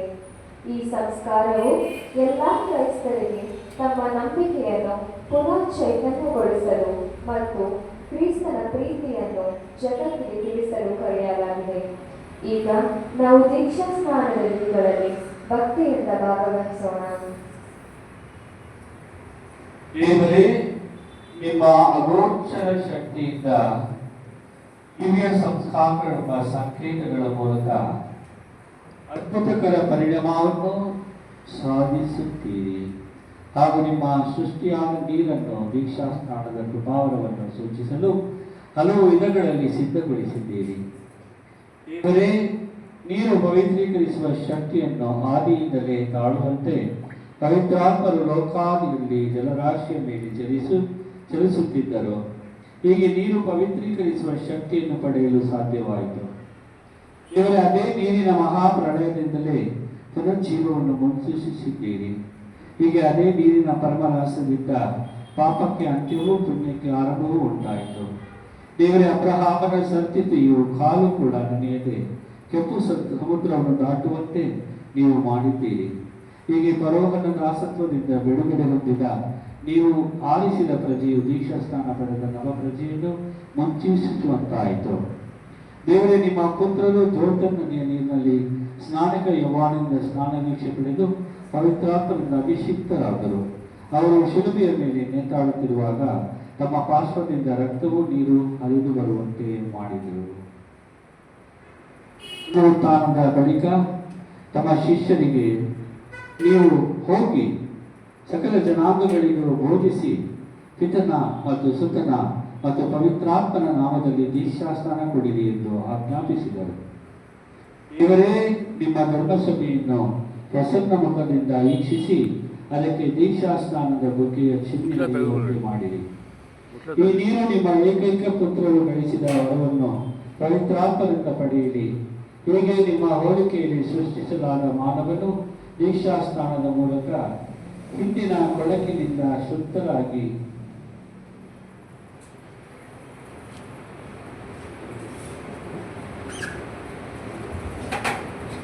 ನೀರಿನ ಮತ್ತು ಪವಿತ್ರಾತ್ಮರ ಮುಖಾಂತರ ನವಜನ್ಮವನ್ನು ಪಡೆಯಲು ಯೋಗ್ಯರಾಗುವಂತೆ ಮಾಡಿರಿ.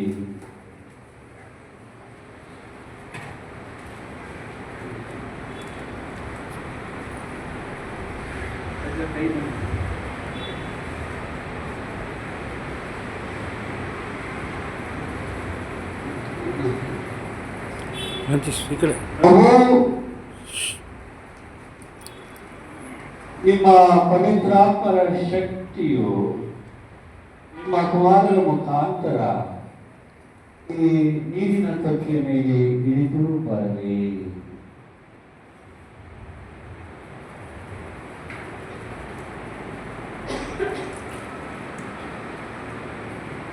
ಹೀಗೆ ಕ್ರಿಸ್ತರೊಡನೆ ದೀಕ್ಷಾ ಸ್ನಾನದಲ್ಲಿ ಸತ್ತು ಸಮಾಧಿ ಮಾಡಲ್ಪಟ್ಟವರೆಲ್ಲರೂ ಅವರೊಡನೆ ಪುನರ್ಜೀವಂತರಾಗಿ ಇರಲಿ. ನಿಮ್ಮೊಂದಿಗೆ ಪವಿತ್ರಾತ್ಮರ ಐಕ್ಯದಲ್ಲಿ ದೇವರಾಗಿ ಯುಗಾಂತರಕ್ಕೂ ಜೀವಿಸಿ ಆಡುವ ಅದೇ ಕ್ರಿಸ್ತರ ಮುಖಾಂತರ ನಿಮ್ಮನ್ನು ಪ್ರಾರ್ಥಿಸುತ್ತೇವೆ. ನೀರಿನ ಚಿಲುಮೆಗಳೇ ಪ್ರಭುವನ್ನು ಸ್ತುತಿಸಿರಿ, ಅವರನ್ನು ಯುಗಾಂತರಕ್ಕೂ ಸ್ತುತಿಸಿ ಕೊಂಡಾಡಿರಿ.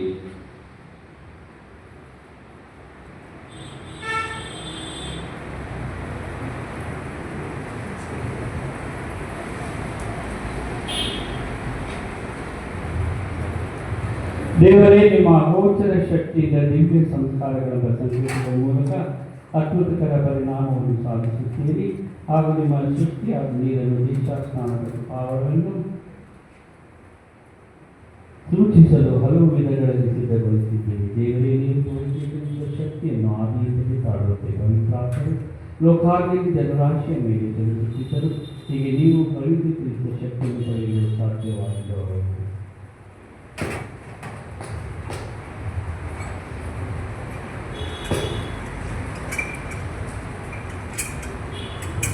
ಪ್ರಭು ದೇವರೇ, ಈ ಪರಮ ಪವಿತ್ರ ರಾತ್ರಿ ಜಾಗರಣೆ ಮಾಡುತ್ತಿರುವ ನಿಮ್ಮ ಪ್ರಜೆಯ ಪ್ರಾರ್ಥನೆಗಳನ್ನು ದಯೆಯಿಂದ ಆಲಿಸಿರಿ. ನಮ್ಮ ಸೃಷ್ಟಿಯ ಅದ್ಭುತ ಕಾರ್ಯವನ್ನು, ಅದಕ್ಕಿಂತಲೂ ಶ್ರೇಷ್ಠವಾದ ನಮ್ಮ ರಕ್ಷಣಾ ಕಾರ್ಯವನ್ನು ಸ್ಮರಿಸುತ್ತಿರುವ ನಮಗೆ ನಿಮ್ಮ ಉದಾರದಿಂದ ಈ ನೀರನ್ನು ಆಶೀರ್ವದಿಸಿರಿ. ಏಕೆಂದರೆ ಹೊಲಗದ್ದೆಗಳನ್ನು ಫಲಪ್ರದಗೊಳಿಸಲು ನಮ್ಮ ದೇಹಗಳನ್ನು ಶುದ್ಧೀಕರಿಸಿ ಪುನಶ್ಚೇತನಗೊಳಿಸಲು ನೀವು ನೀರನ್ನು ಸೃಷ್ಟಿ ಮಾಡಿದ್ದೀರಿ. ಅಂತೆಯೇ ನೀರು ನಿಮ್ಮ ದಯೆಯ ಸಾಧನವಾಗುವಂತೆ ಮಾಡಿದ್ದೀರಿ. ಏಕೆಂದರೆ ನೀರಿನ ಮೂಲಕ ನಿಮ್ಮ ಪ್ರಜೆಯನ್ನು ದಾಸತ್ವದಿಂದ ಬಿಡುಗಡೆ ಮಾಡಿದ್ದೀರಿ ಮತ್ತು ಮರಳುಗಾಡಿನಲ್ಲಿ ಅವರ ದಾಹವನ್ನು ಇಂಗಿಸಿದ್ದೀರಿ. ನೀರಿನ ಮೂಲಕವೇ ನೀವು ಮಾನವ ಕೃತಜ್ಞತೆ ಮಾಡಿಕೊಳ್ಳಲಿರುವ ಹೊಸ ಒಡಂಬಡಿಕೆಯನ್ನು ಪ್ರವಾದಿಗಳು ಸಾರಿದರು. ಅಂತಿಮವಾಗಿ ಜೋರ್ದನ್ ನದಿಗೆ ಕ್ರಿಸ್ತರು ಪಾವನಗೊಳಿಸಿದ ನೀರಿನ ಮೂಲಕ ನವಜನ್ಮವನ್ನು ನೀಡುವ ಸ್ನಾನದಲ್ಲಿ ನಮ್ಮ ಮೇಲಿನ ಸ್ವಭಾವವನ್ನು ನವೀಕರಿಸಿದೆ. ಆದುದರಿಂದ ಈ ನೀರು ನಾವು ಸ್ವೀಕರಿಸಿದ ದೀಕ್ಷಾ ಸ್ನಾನದ ಸ್ಮರಣೆಯಾಗಲಿ ಮತ್ತು ಈ ಪಾಸ್ಕಾ ಮಹೋತ್ಸವವನ್ನು ದೀಕ್ಷಾಸ್ನಾನ ಪಡೆದ ನಮ್ಮ ಸಹೋದರ ಸಹೋದರರೊಡನೆ ನಾವು ಆನಂದಿಸುವಂತೆ ಅನುಭವಿಸಿರಿ. ನಮ್ಮ ಪ್ರಭು ಕ್ರಿಸ್ತರ ಮುಖಾಂತರ ನಿಮ್ಮನ್ನು ಪ್ರಾರ್ಥಿಸುತ್ತೇವೆ. ನೀವು ಸೈತಾನನನ್ನು ಬಿಟ್ಟು ಬಿಡುತ್ತೀರೋ, ಅವನ ಕೆಲಸ ಕಾರ್ಯಗಳನ್ನೆಲ್ಲ ತ್ಯಜಿಸುತ್ತೀರೋ,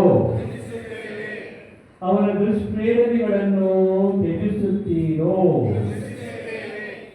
ಸ್ವರ್ಗವನ್ನು ಭೂಮಿಯನ್ನು ಸೃಷ್ಟಿಸಿದ ಸರ್ವಶಕ್ತ ದೇವಪಿತನನ್ನು ವಿಶ್ವಾಸಿಸುತ್ತೀರೋ, ಕನ್ಯಾಮರಿ ಮನವರಲ್ಲಿ ಜನಿಸಿ ಯಾತನೆಗೊಳಗಾಗಿ ವೃದ್ಧರಾಗಿ ಸಮಾಧಿ ಮಾಡಲ್ಪಟ್ಟರು, ಮೃತರ ಮಧ್ಯದಿಂದ ಪುನರುತ್ಥಾನವಾಗಿ ಎದ್ದು ದೇವಪಿತನ ಬಲಗಡೆಯಲ್ಲಿ ಆಸೀನರಾಗಿರುವ ಅವರ ಏಕಮಾತ್ರ ಕುಮಾರರು ನಮ್ಮ ಪ್ರಭುವಾದ ಯೇಸು ಕ್ರಿಸ್ತರನ್ನು ವಿಶ್ವಾಸಿಸುತ್ತೀರೋ, ಪವಿತ್ರಾತ್ಮರನ್ನು, ಪವಿತ್ರ ಕಥೋಲಿಕ ಧರ್ಮಸಭೆಯನ್ನು, ಸಂತರ ಅನ್ಯೋನ್ಯತೆಯನ್ನು, ಪಾಪ ಪರಿಹಾರವನ್ನು, ಶರೀರ ಪುನರುತ್ಥಾನವನ್ನು, ನಿತ್ಯ ಜೀವವನ್ನು ವಿಶ್ವಾಸಿಸುತ್ತೀರೋ. ನಮ್ಮ ಪ್ರಭು ಯೇಸು ಕ್ರಿಸ್ತರ ತಂದೆಯಾದ ಸರ್ವಶಕ್ತ ದೇವರು ನಮಗೆ ನೀರಿನಿಂದಲೂ ಪವಿತ್ರಾತ್ಮರಿಂದಲೂ ಹೊಸ ಜೀವವನ್ನು ಕೊಟ್ಟು ಪಾಪಕ್ಷಮೆಯನ್ನು ಕರುಣಿಸಿದರು. ಅವರೇ ತಮ್ಮ ಕೃಪಾವರದಿಂದ ನಮ್ಮ ಪ್ರಭು ಕ್ರಿಸ್ತರಿಗೆ ನಿತ್ಯ ಜೀವಕ್ಕೆ ನಮ್ಮೆಲ್ಲರನ್ನೂ ಕಾಪಾಡಲಿ. ನಮಗೆಲ್ಲ ಜೈಕಾರವಾ ಮೃತ್ಯುಂಜಯ ದೇವರಿಗೆ ಜೈಕಾರವಾ, ಮಾಡಿರೆಲ್ಲ ಕರ್ತರಿಗೆ ಜೈಕಾರವಾ, ಮೃತ್ಯುಂಜಯ ದೇವರಿಗೆ ಜೈಕಾರವಾ. ಕರ್ತನಾಲಯದ ಬಲಪಾಶದಿ ಓಕೆ ಬಾರೆ ಜೀವ ಜಲ ಬಲು ಬರಲಿ ಕರ್ತನಾಲಯದ ಫಲ ಪಾಶದಿ ಓಕೆ ಬಾರೆ ಜೀವ ಜಲ ಬಲು ಬರಲಿ ಅದ ಕಂಡು ನಾ ಕೊಂಡೆ ಆನಂದವ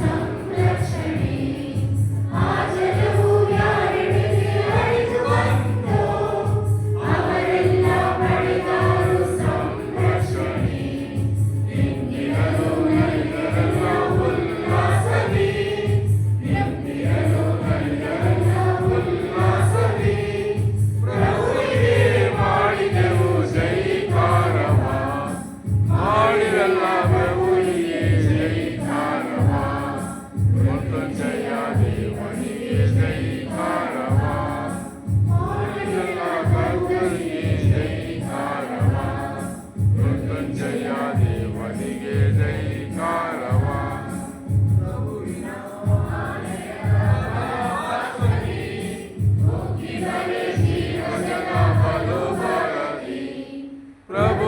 ಪ್ರಭುವಿನಾಲಯದ ಬಲ ಪಾಶದಿ ಒಕ್ಕಿ ಬರೆ ಜೀವ ಜಲ ಬಲು ಬರಲಿ ಅದ ಕಂಡು ನಾ ಕೊಂಡೆ ಆನಂದವ ಅದ ಕಂಡು ನಾ ಕೊಂಡೆ ಆನಂದವ ಪ್ರಭುವಿಗೆ ಮಾಡಿದೆನು ಜೈಕಾರವ ಮಾಡಿದೆಲ್ಲ ಪ್ರಭುವಿಗೆ ಜೈಕಾರವ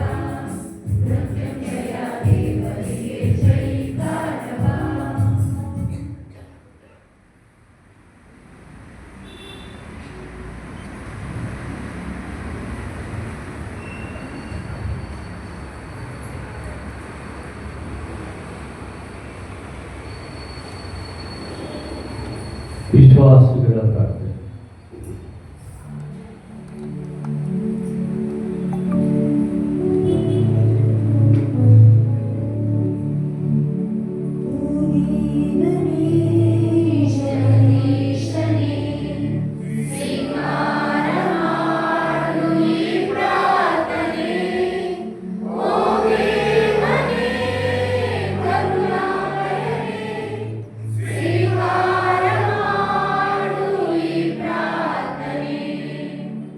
ನಮ್ಮ ಪೂಜ್ಯ ತಂದೆ ಫ್ರಾನ್ಸಿಸರು, ನಮ್ಮ ಮಹಾಧರ್ಮಾಧ್ಯಕ್ಷರು, ಇತರ ಧರ್ಮಾಧ್ಯಕ್ಷರುಗಳು, ಗುರುಗಳು ಮತ್ತು ಧಾರ್ಮಿಕ ಸಹೋದರ ಸಹೋದರಿಯರು ಪುನರುತ್ಥಾನದ ಸಂದೇಶವನ್ನು ಎಲ್ಲೆಡೆ ಸಾರಲು ಪ್ರಯತ್ನಿಸುವಂತೆ ಪ್ರಾರ್ಥಿಸೋಣ.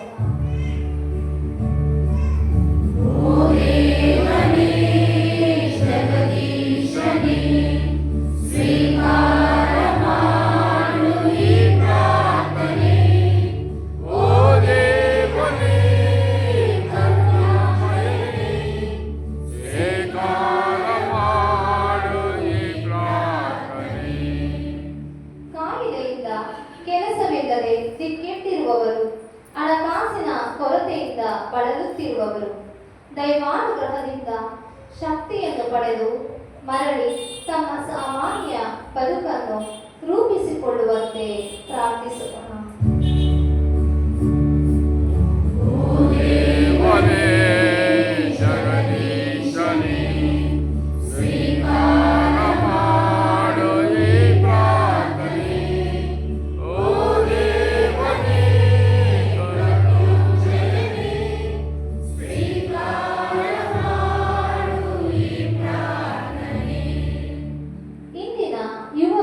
ಯುವತಿಯರನ್ನು ದೇವರಿಗೆ ಅರ್ಪಿಸೋಣ. ಅವರಲ್ಲಿರುವ ಸ್ವೇಚ್ಛಾಚಾರ ಗುಣವನ್ನು ನೀಗಿಸಲು ಹಾಗೂ ಹೆಚ್ಚು ವಿದ್ಯೆಯ ಕಡೆಗೆ ಗಮನ ಹರಿಸಲು ಬೇಕಾದ ಕೃಪೆಯನ್ನು ನೀಡುವಂತೆ ಪ್ರಾರ್ಥಿಸೋಣ.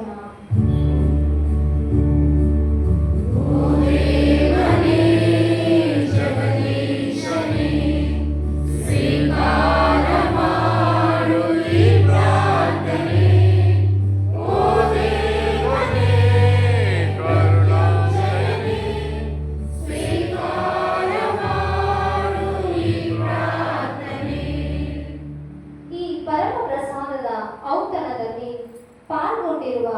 ನಮ್ಮೆಲ್ಲರಿಗೂ ಪುನರುತ್ಥಾನಗೊಂಡ ಕ್ರಿಸ್ತನ ಶಾಂತಿ ಸಮಾಧಾನ ಲಭಿಸಿ ಆರೋಗ್ಯ ಸೌಖ್ಯ ಭಾಗ್ಯದಲ್ಲಿ ಬಾಳುವವರಾಗುವಂತೆ ಪ್ರಾರ್ಥಿಸೋಣ.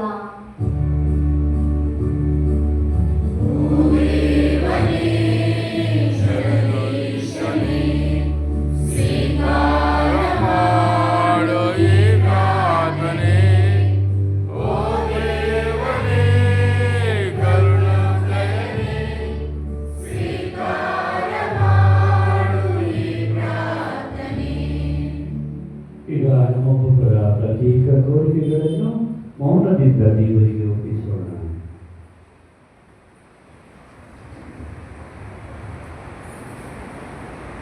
ತಂದೆಯಾದ ದೇವರೇ, ನಿಮ್ಮ ಕುಮಾರ ಯೇಸುವಿಗಾಗಿ ವಂದಿಸುತ್ತೇವೆ.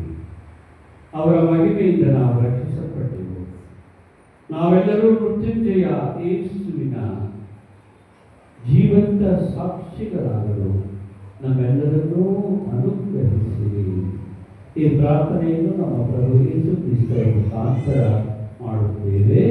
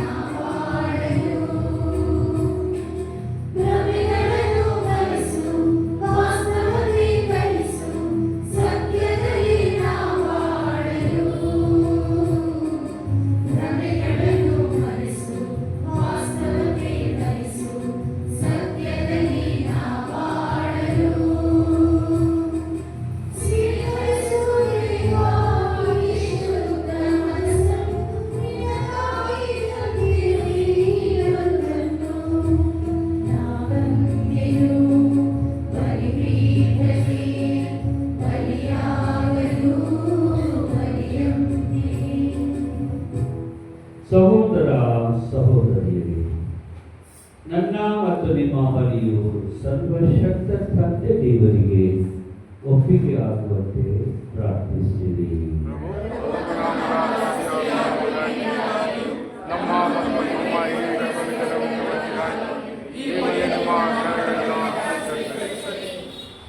ದೇವರೇ, ನಿಮ್ಮ ಪ್ರಜೆಯ ಪ್ರಾರ್ಥನೆಗಳನ್ನು ಈ ಬಳಿ ಕಾಣಿಕೆಗಳೊಂದಿಗೆ ಸ್ವೀಕರಿಸಿರಿ.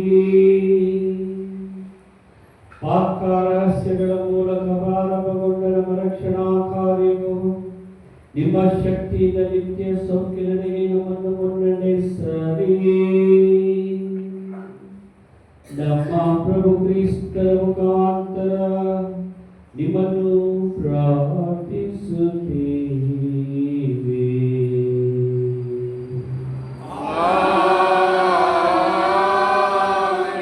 ಪ್ರಭು ನಿಮ್ಮೊಡನೆ ಇರಲಿ.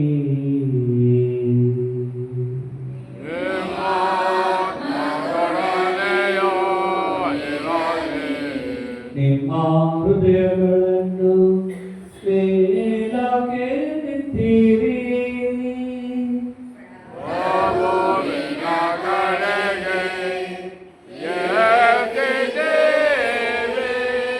ನಮ್ಮ ಪ್ರಭು ದೇವರಿಗೆ ಕೃತಜ್ಞತೆಯನ್ನು ಸಲ್ಲಿಸೋಣ.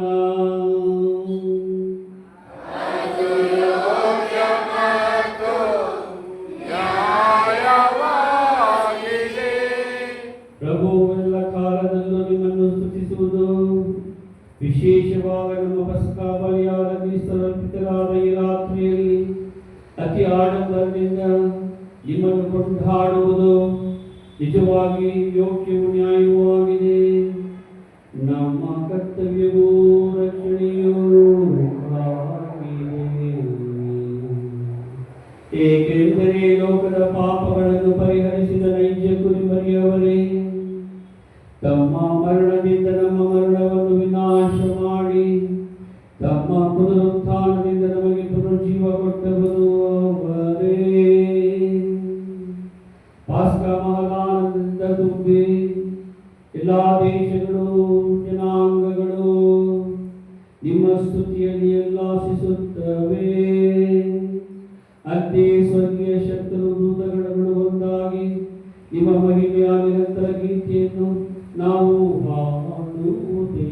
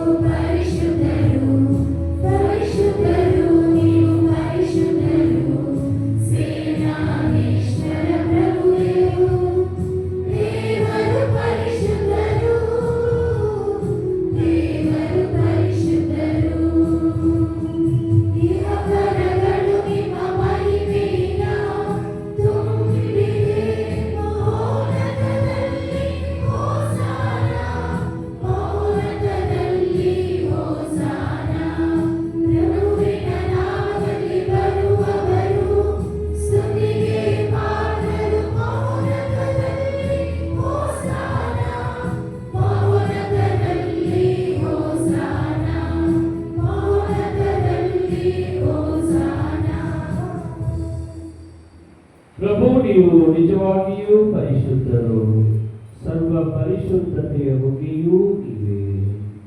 ಈ ಕೊಡುಗೆಗಳ ಮೇಲೆ ನಿಮ್ಮ ಪವಿತ್ರಾತ್ಮರ ನಿರ್ಬಂಧಿಯಂತೆ ಸುರಿಸಿ ಪಾವನಗೊಳಿಸಲಿ ಎಂದು ಪ್ರಾರ್ಥಿಸುತ್ತೇವೆ. ನಮಗಿವು ನಮ್ಮ ಪ್ರಭು ಯೇಸು ಕ್ರಿಸ್ತರ ಶರೀರ ಮತ್ತು ರಕ್ತವಾಗುವಂತೆ ಮಾಡಿರಿ. ಅವರನ್ನು ಪರಾಧೀನ ಮಾಡಲಾದ ಸಮಯದಲ್ಲಿ ಸ್ವಇಚ್ಛೆಯಿಂದ ತಮ್ಮ ಯಾತನೆಗೆ ಒಳಗಾದ ಅವರು ರೊಟ್ಟಿಯನ್ನು ತೆಗೆದುಕೊಂಡು ಕೃತಜ್ಞತೆಯನ್ನು ಸಲ್ಲಿಸಿ ಅದನ್ನು ಮುರಿದು ತಮ್ಮ ಶಿಷ್ಯರಿಗೆ ಕೊಡುತ್ತಾ ಹೀಗೆಂದರು, ತೆಗೆದುಕೊಳ್ಳಿ, ಇದನ್ನು ನೀವೆಲ್ಲರೂ ಭುಜಿಸಿರಿ. ಹೇಗೆಂದರೆ ಇದು ನಿಮಗಾಗಿ ಒಪ್ಪಿಸಲಾಗುವ ನನ್ನ ಶರೀರ.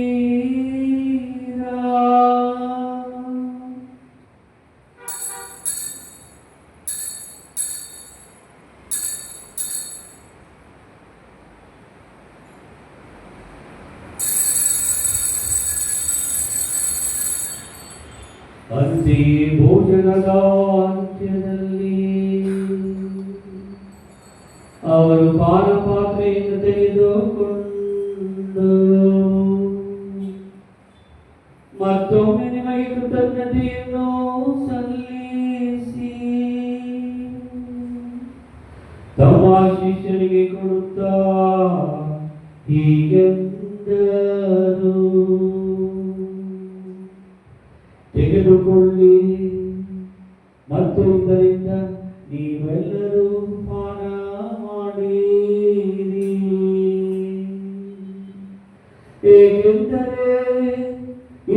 ಮತ್ತು ಅನಂತ ಒಡಂಬಡಿಕೆಯ ನನ್ನ ರಕ್ತದ ಪಾತ್ರೆ. ಈ ರಕ್ತವು ನಿಮ್ಮ ಮತ್ತು ಅನೇಕರ ಪಾಪಗಳ ಪರಿಹಾರಕ್ಕಾಗಿ ಸುರಿಸಲಾಗುವುದು. ಇದನ್ನು ನನ್ನ ಸ್ಮರಣೆಗಾಗಿ ಮಾಡಿ.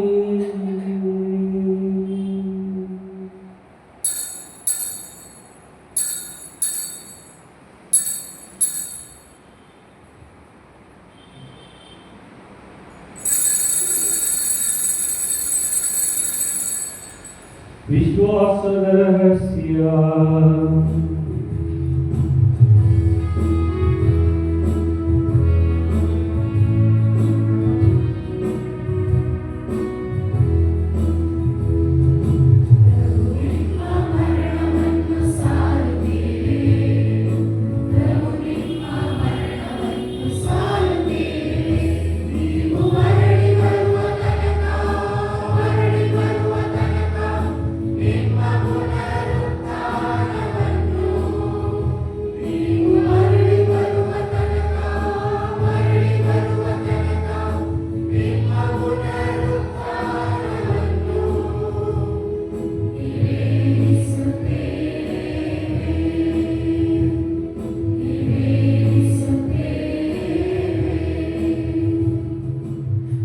ಆದುದರಿಂದ ಪ್ರಭು, ನಿಮ್ಮ ಸಮ್ಮುಖದಲ್ಲಿ ನಿಂತು ಸೇವೆ ಸಲ್ಲಿಸಲು ನಮ್ಮನ್ನು ಯೋಗ್ಯರು ಎಂದು ಪರಿಗಣಿಸಿದ್ದಕ್ಕಾಗಿ ನಿಮಗೆ ಕೃತಜ್ಞತೆ ಸಲ್ಲಿಸುತ್ತೇವೆ. ಕ್ರಿಸ್ತರ ಮರಣ ಮತ್ತು ಪುನರುತ್ಥಾನದ ಸ್ಮರಣೆಯನ್ನು ಆಚರಿಸುತ್ತಾ ಜೀವವೀವ ರೊಟ್ಟಿಯನ್ನು ರಕ್ಷಣೆ ನೀಡುವ ಪಾತ್ರೆಯನ್ನು ನಿಮಗರ್ಪಿಸುತ್ತೇವೆ. ಕ್ರಿಸ್ತರ ಶರೀರ ಮತ್ತು ರಕ್ತದಲ್ಲಿ ಪಾಲ್ಗೊಳ್ಳುವ ನಮ್ಮನ್ನು ಪವಿತ್ರಾತ್ಮರು ಒಂದುಗೂಡಿಸಬೇಕೆಂದು ನಿಮ್ಮನ್ನು ವಿನಯದಿಂದ ವಿನಯಿಸುತ್ತೇವೆ. ಪ್ರಭು, ನಿಮ್ಮ ವಿಶ್ವವ್ಯಾಪಿ ಧರ್ಮಸಭೆಯನ್ನು ಸ್ಮರಿಸಿಕೊಳ್ಳಿರಿ. ನಮ್ಮ ವಿಶ್ವಗುರು ಫ್ರಾನ್ಸಿಸ್ ಒಂದಿಗೂ ಧರ್ಮಾಲಯ ಪೀಠರೊಂದಿಗೂ ಸಕಲ ಯಾಜಕರೊಂದಿಗೂ ಅದನ್ನು ಪ್ರೀತಿಯ ಪರಿಪೂರ್ಣತೆಯಡೆಗೆ ಮುನ್ನಡೆಸಿರಿ. ಪ್ರಭು, ಪುನರುತ್ಥಾನ ನಿರೀಕ್ಷೆಯಲ್ಲಿ ವಿಶ್ರಮಿಸುತ್ತಿರುವ ನಮ್ಮ ಸಹೋದರ ಸಹೋದರಿಯರನ್ನು ನಿಮ್ಮ ದಯೆಯನ್ನು ವೃದ್ಧರಾದೆಲ್ಲರನ್ನು ಸ್ಮರಿಸಿಕೊಳ್ಳಿರಿ. ಅವರೆಲ್ಲರೂ ನಿಮ್ಮ ಸಮ್ಮುಖದ ಪ್ರಭೆಗೆ ಬರಮಾಡಿರಿ. ನಮ್ಮ ಮೇಲೂ ದಯೆ ತೋರಿರಿ. ದೇವ ಮಾತೆ ಪೂಜ್ಯ ಕನ್ಯಾಮರಿಯವರೊಂದಿಗೂ ಆಕೆಯ ಪತಿ ಸಂತ ಜೋಸೇಫರೊಂದಿಗೂ ಪುನೀತ ಪ್ರೇಷಿತರೊಂದಿಗೂ ಎಲ್ಲ ಕಾಲಗಳಲ್ಲಿ ಮೆಚ್ಚುಗೆಗೆ ಪಾತ್ರರಾದ ಸಕಲ ಸಂತರೊಂದಿಗೂ ನಾವು ನಿತ್ಯ ಜೀವನದಲ್ಲಿ ಸಹಭಾಗಿಗಳಾಗಿ ನಿಮ್ಮನ್ನು ಸ್ತುತಿಸಿ ಮಹಿಮೆಪಡಿಸುವಂತೆ ನಿಮ್ಮ ಕುಮಾರ ಯೇಸು ಕ್ರಿಸ್ತರ ಮುಖಾಂತರ ಪ್ರಾರ್ಥಿಸುತ್ತೇವೆ.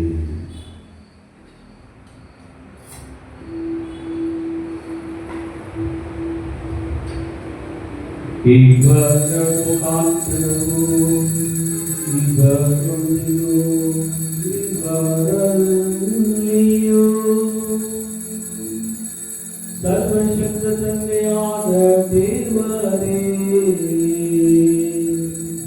ಪವಿತ್ರಾತ್ಮನ ಐಕ್ಯದಲ್ಲಿ ಸರ್ವ ಗೌರವವೂ ಮಹಿಮೆಯೂ ಯುಗಾಂತರಕ್ಕೂ ನಿಮಗೆ ಸಲ್ಲಲಿ.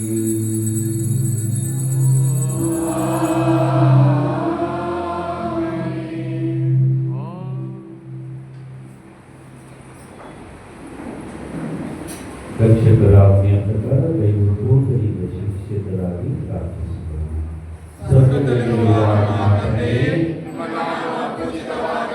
ನಿಮ್ಮ ರಾಜ್ಯ ಬರಲಿ, ನಿಮ್ಮ ಚಿತ್ತ ಸ್ವರ್ಗದಲ್ಲಿ ನೆರವೇರುವ ಪ್ರಕಾರ ಇವೆಲ್ಲವೂ ನೆರವೇರಲಿ.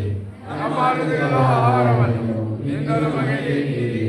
ನಮಗೆ ತಪ್ಪು ಮಾಡಿದವರಿಗೆ ನಾವು ಕ್ಷಮಿಸುವ ಪ್ರಕಾರ ನಮ್ಮ ಪಾಪಗಳನ್ನು ಕ್ಷಮಿಸಿ, ನಮ್ಮನ್ನು ಶೋಧನೆಗೆ ಒಳಪಡಿಸಿ ಕೇಡಿಯಿಂದ ನಮ್ಮನ್ನು ರಕ್ಷಿಸಿರಿ. ಪ್ರಭು, ಸಕಲ ಕೇಡುಗಳಿಂದ ನಮ್ಮನ್ನು ರಕ್ಷಿಸಿರಿ ಎಂದು ಪ್ರಾರ್ಥಿಸುತ್ತೇವೆ. ನಿಮ್ಮ ದಯೆಯ ನೆರವನ್ನು ಪಡೆದು ಪಾಪದಿಂದ ಸದಾ ವಿಮುಕ್ತರಾಗಿ ಎಲ್ಲಾ ಸಂಕಷ್ಟಗಳಿಂದ ಸುರಕ್ಷಿತರಾಗಿರುವಂತೆ ನಮ್ಮ ಜೀವಮಾನದಲ್ಲಿ ಶಾಂತಿಯನ್ನು ದಯೆಯಿಂದ ಕರುಣಿಸಿರಿ. ನಾವು ಸ್ವರ್ಗಾನಂದವನ್ನು ನಮ್ಮ ರಕ್ಷಕ ಯೇಸು ಕ್ರಿಸ್ತರ ಆಗಮನವನ್ನು ನಿರೀಕ್ಷಿಸುತ್ತಾ ಇದ್ದೇವೆ. ಏಕೆಂದರೆ ರಾಜ್ಯಭಾರವು, ಅಧಿಕಾರವು, ಮಹಿಮೆಯು ಯುಗಯುಗಾಂತರಕ್ಕೂ. ಪ್ರಭು ಯೇಸು ಕ್ರಿಸ್ತರೇ, ನಿಮ್ಮ ಪ್ರೇಷಿತರಿಗೆ ನಿಮಗೆ ಶಾಂತಿಯನ್ನು ಬಿಟ್ಟು ಹೋಗುತ್ತೇನೆ. ನನ್ನ ಶಾಂತಿಯನ್ನು ನಿಮಗೇ ಕೊಡುತ್ತೇನೆ ಎಂದು ಹೇಳಿದ್ದೀರಿ. ನಮ್ಮ ಪಾಪಗಳನ್ನು ರಕ್ಷಿಸದೆ ನಿಮ್ಮ ಧರ್ಮಸಭೆಯ ವಿಶ್ವಾಸವನ್ನು ನೋಡಿರಿ. ಅದಕ್ಕೆ ನಿಮ್ಮ ಚಿತ್ತದ ಪ್ರಕಾರ ಶಾಂತಿಯನ್ನು ಐಕ್ಯತೆಯನ್ನು ದಯೆಯಿಂದ ಪಾಲಿಸಿರಿ. ಯುಗಾಂತರಕ್ಕೂ ಜೀವಿಸಿ ಆಡುವ ನಿಮ್ಮನ್ನು ಪ್ರಾರ್ಥಿಸುತ್ತೇವೆ. ಪ್ರಭುವಿನ ಶಾಂತಿ ಸದಾ ನಿಮ್ಮೆಲ್ಲರೊಡನೆ ಇರಲಿ. ಸಹೋದರ ಸಹೋದರಿಯರೇ, ಪರಸ್ಪರ ಶಾಂತಿಯನ್ನು ಅರ್ಪಿಸಿಕೊಳ್ಳೋಣ. ಲೋಕದ ಪಾಪಗಳನ್ನು ಪರಿಹರಿಸುವ ದೇವರ ಕುರಿಮರಿಯೇ, ನಮಗೆ ದಯೆ ತೋರಿ.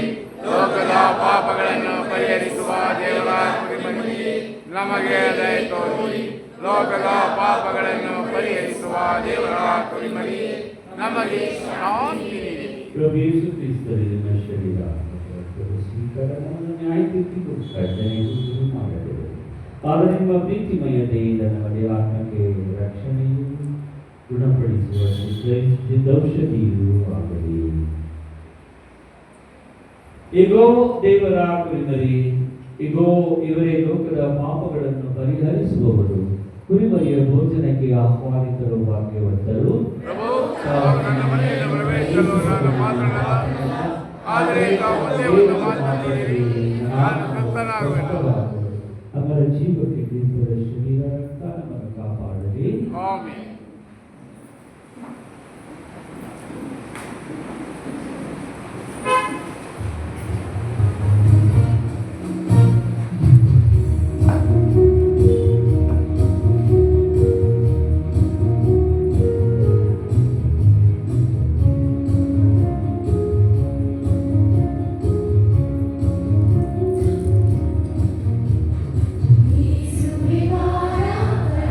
ವಿವಾರ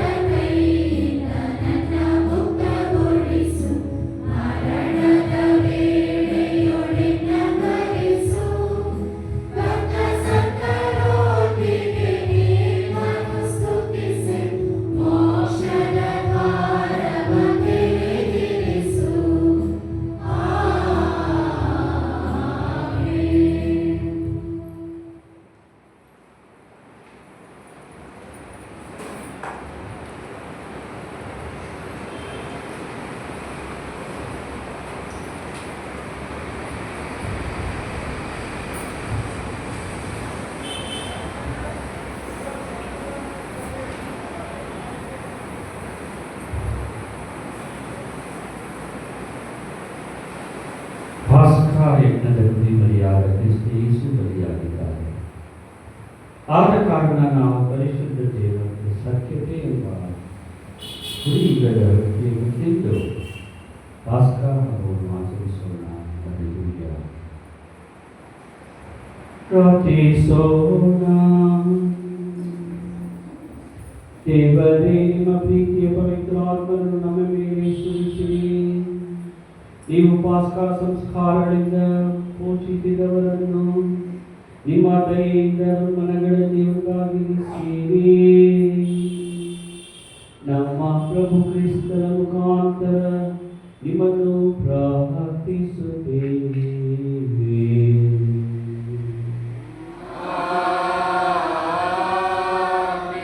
ಪ್ರಭು ನಿಮ್ಮೊಡನೆ ಇರಲಿ.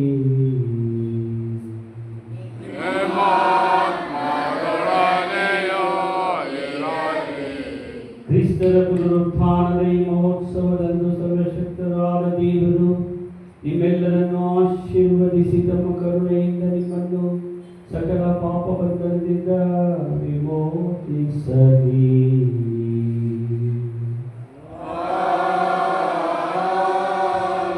ತಮ್ಮ ಏಕೈಕ ಕುಮಾರರ ಪುನರುತ್ಥಾನದ ಮೂಲಕ ನಿಮ್ಮನ್ನು ಅನಂತ ಜೀವಕ್ಕೆ ಎಬ್ಬಿಸಿದ ದೇವರು ತಮ್ಮ ವಾಗ್ದಾನದ ಪ್ರಕಾರ ನಿಮ್ಮೆಲ್ಲರಿಗೂ ನಿತ್ಯ ಜೀವವನ್ನು ನೀಡಲಿ.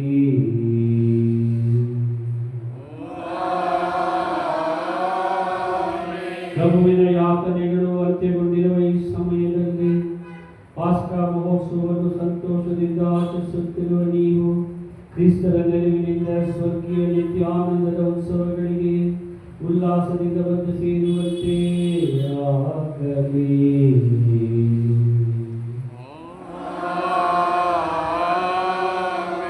ಸರ್ವಶಕ್ತ ದೇವರಾದ ತಂದೆಯ ಮಗನ ಮತ್ತು ಪಾವನಾತ್ಮರ ಆಶೀರ್ವಾದ ನಿಮ್ಮೆಲ್ಲರ ಮೇಲಿನಿಂದ ಬಂದು ಸದಾ ನಿಮ್ಮಲ್ಲಿ ನೆಲೆಸಲಿ.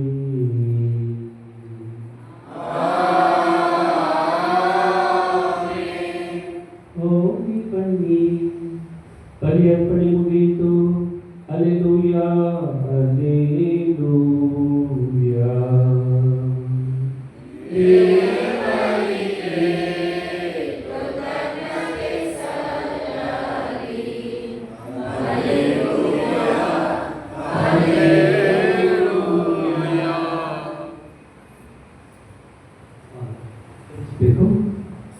ಪ್ರಕಟಣೆಗಳು ದಯವಿಟ್ಟು ಕೂತ್ಕೊಳ್ಳಿ.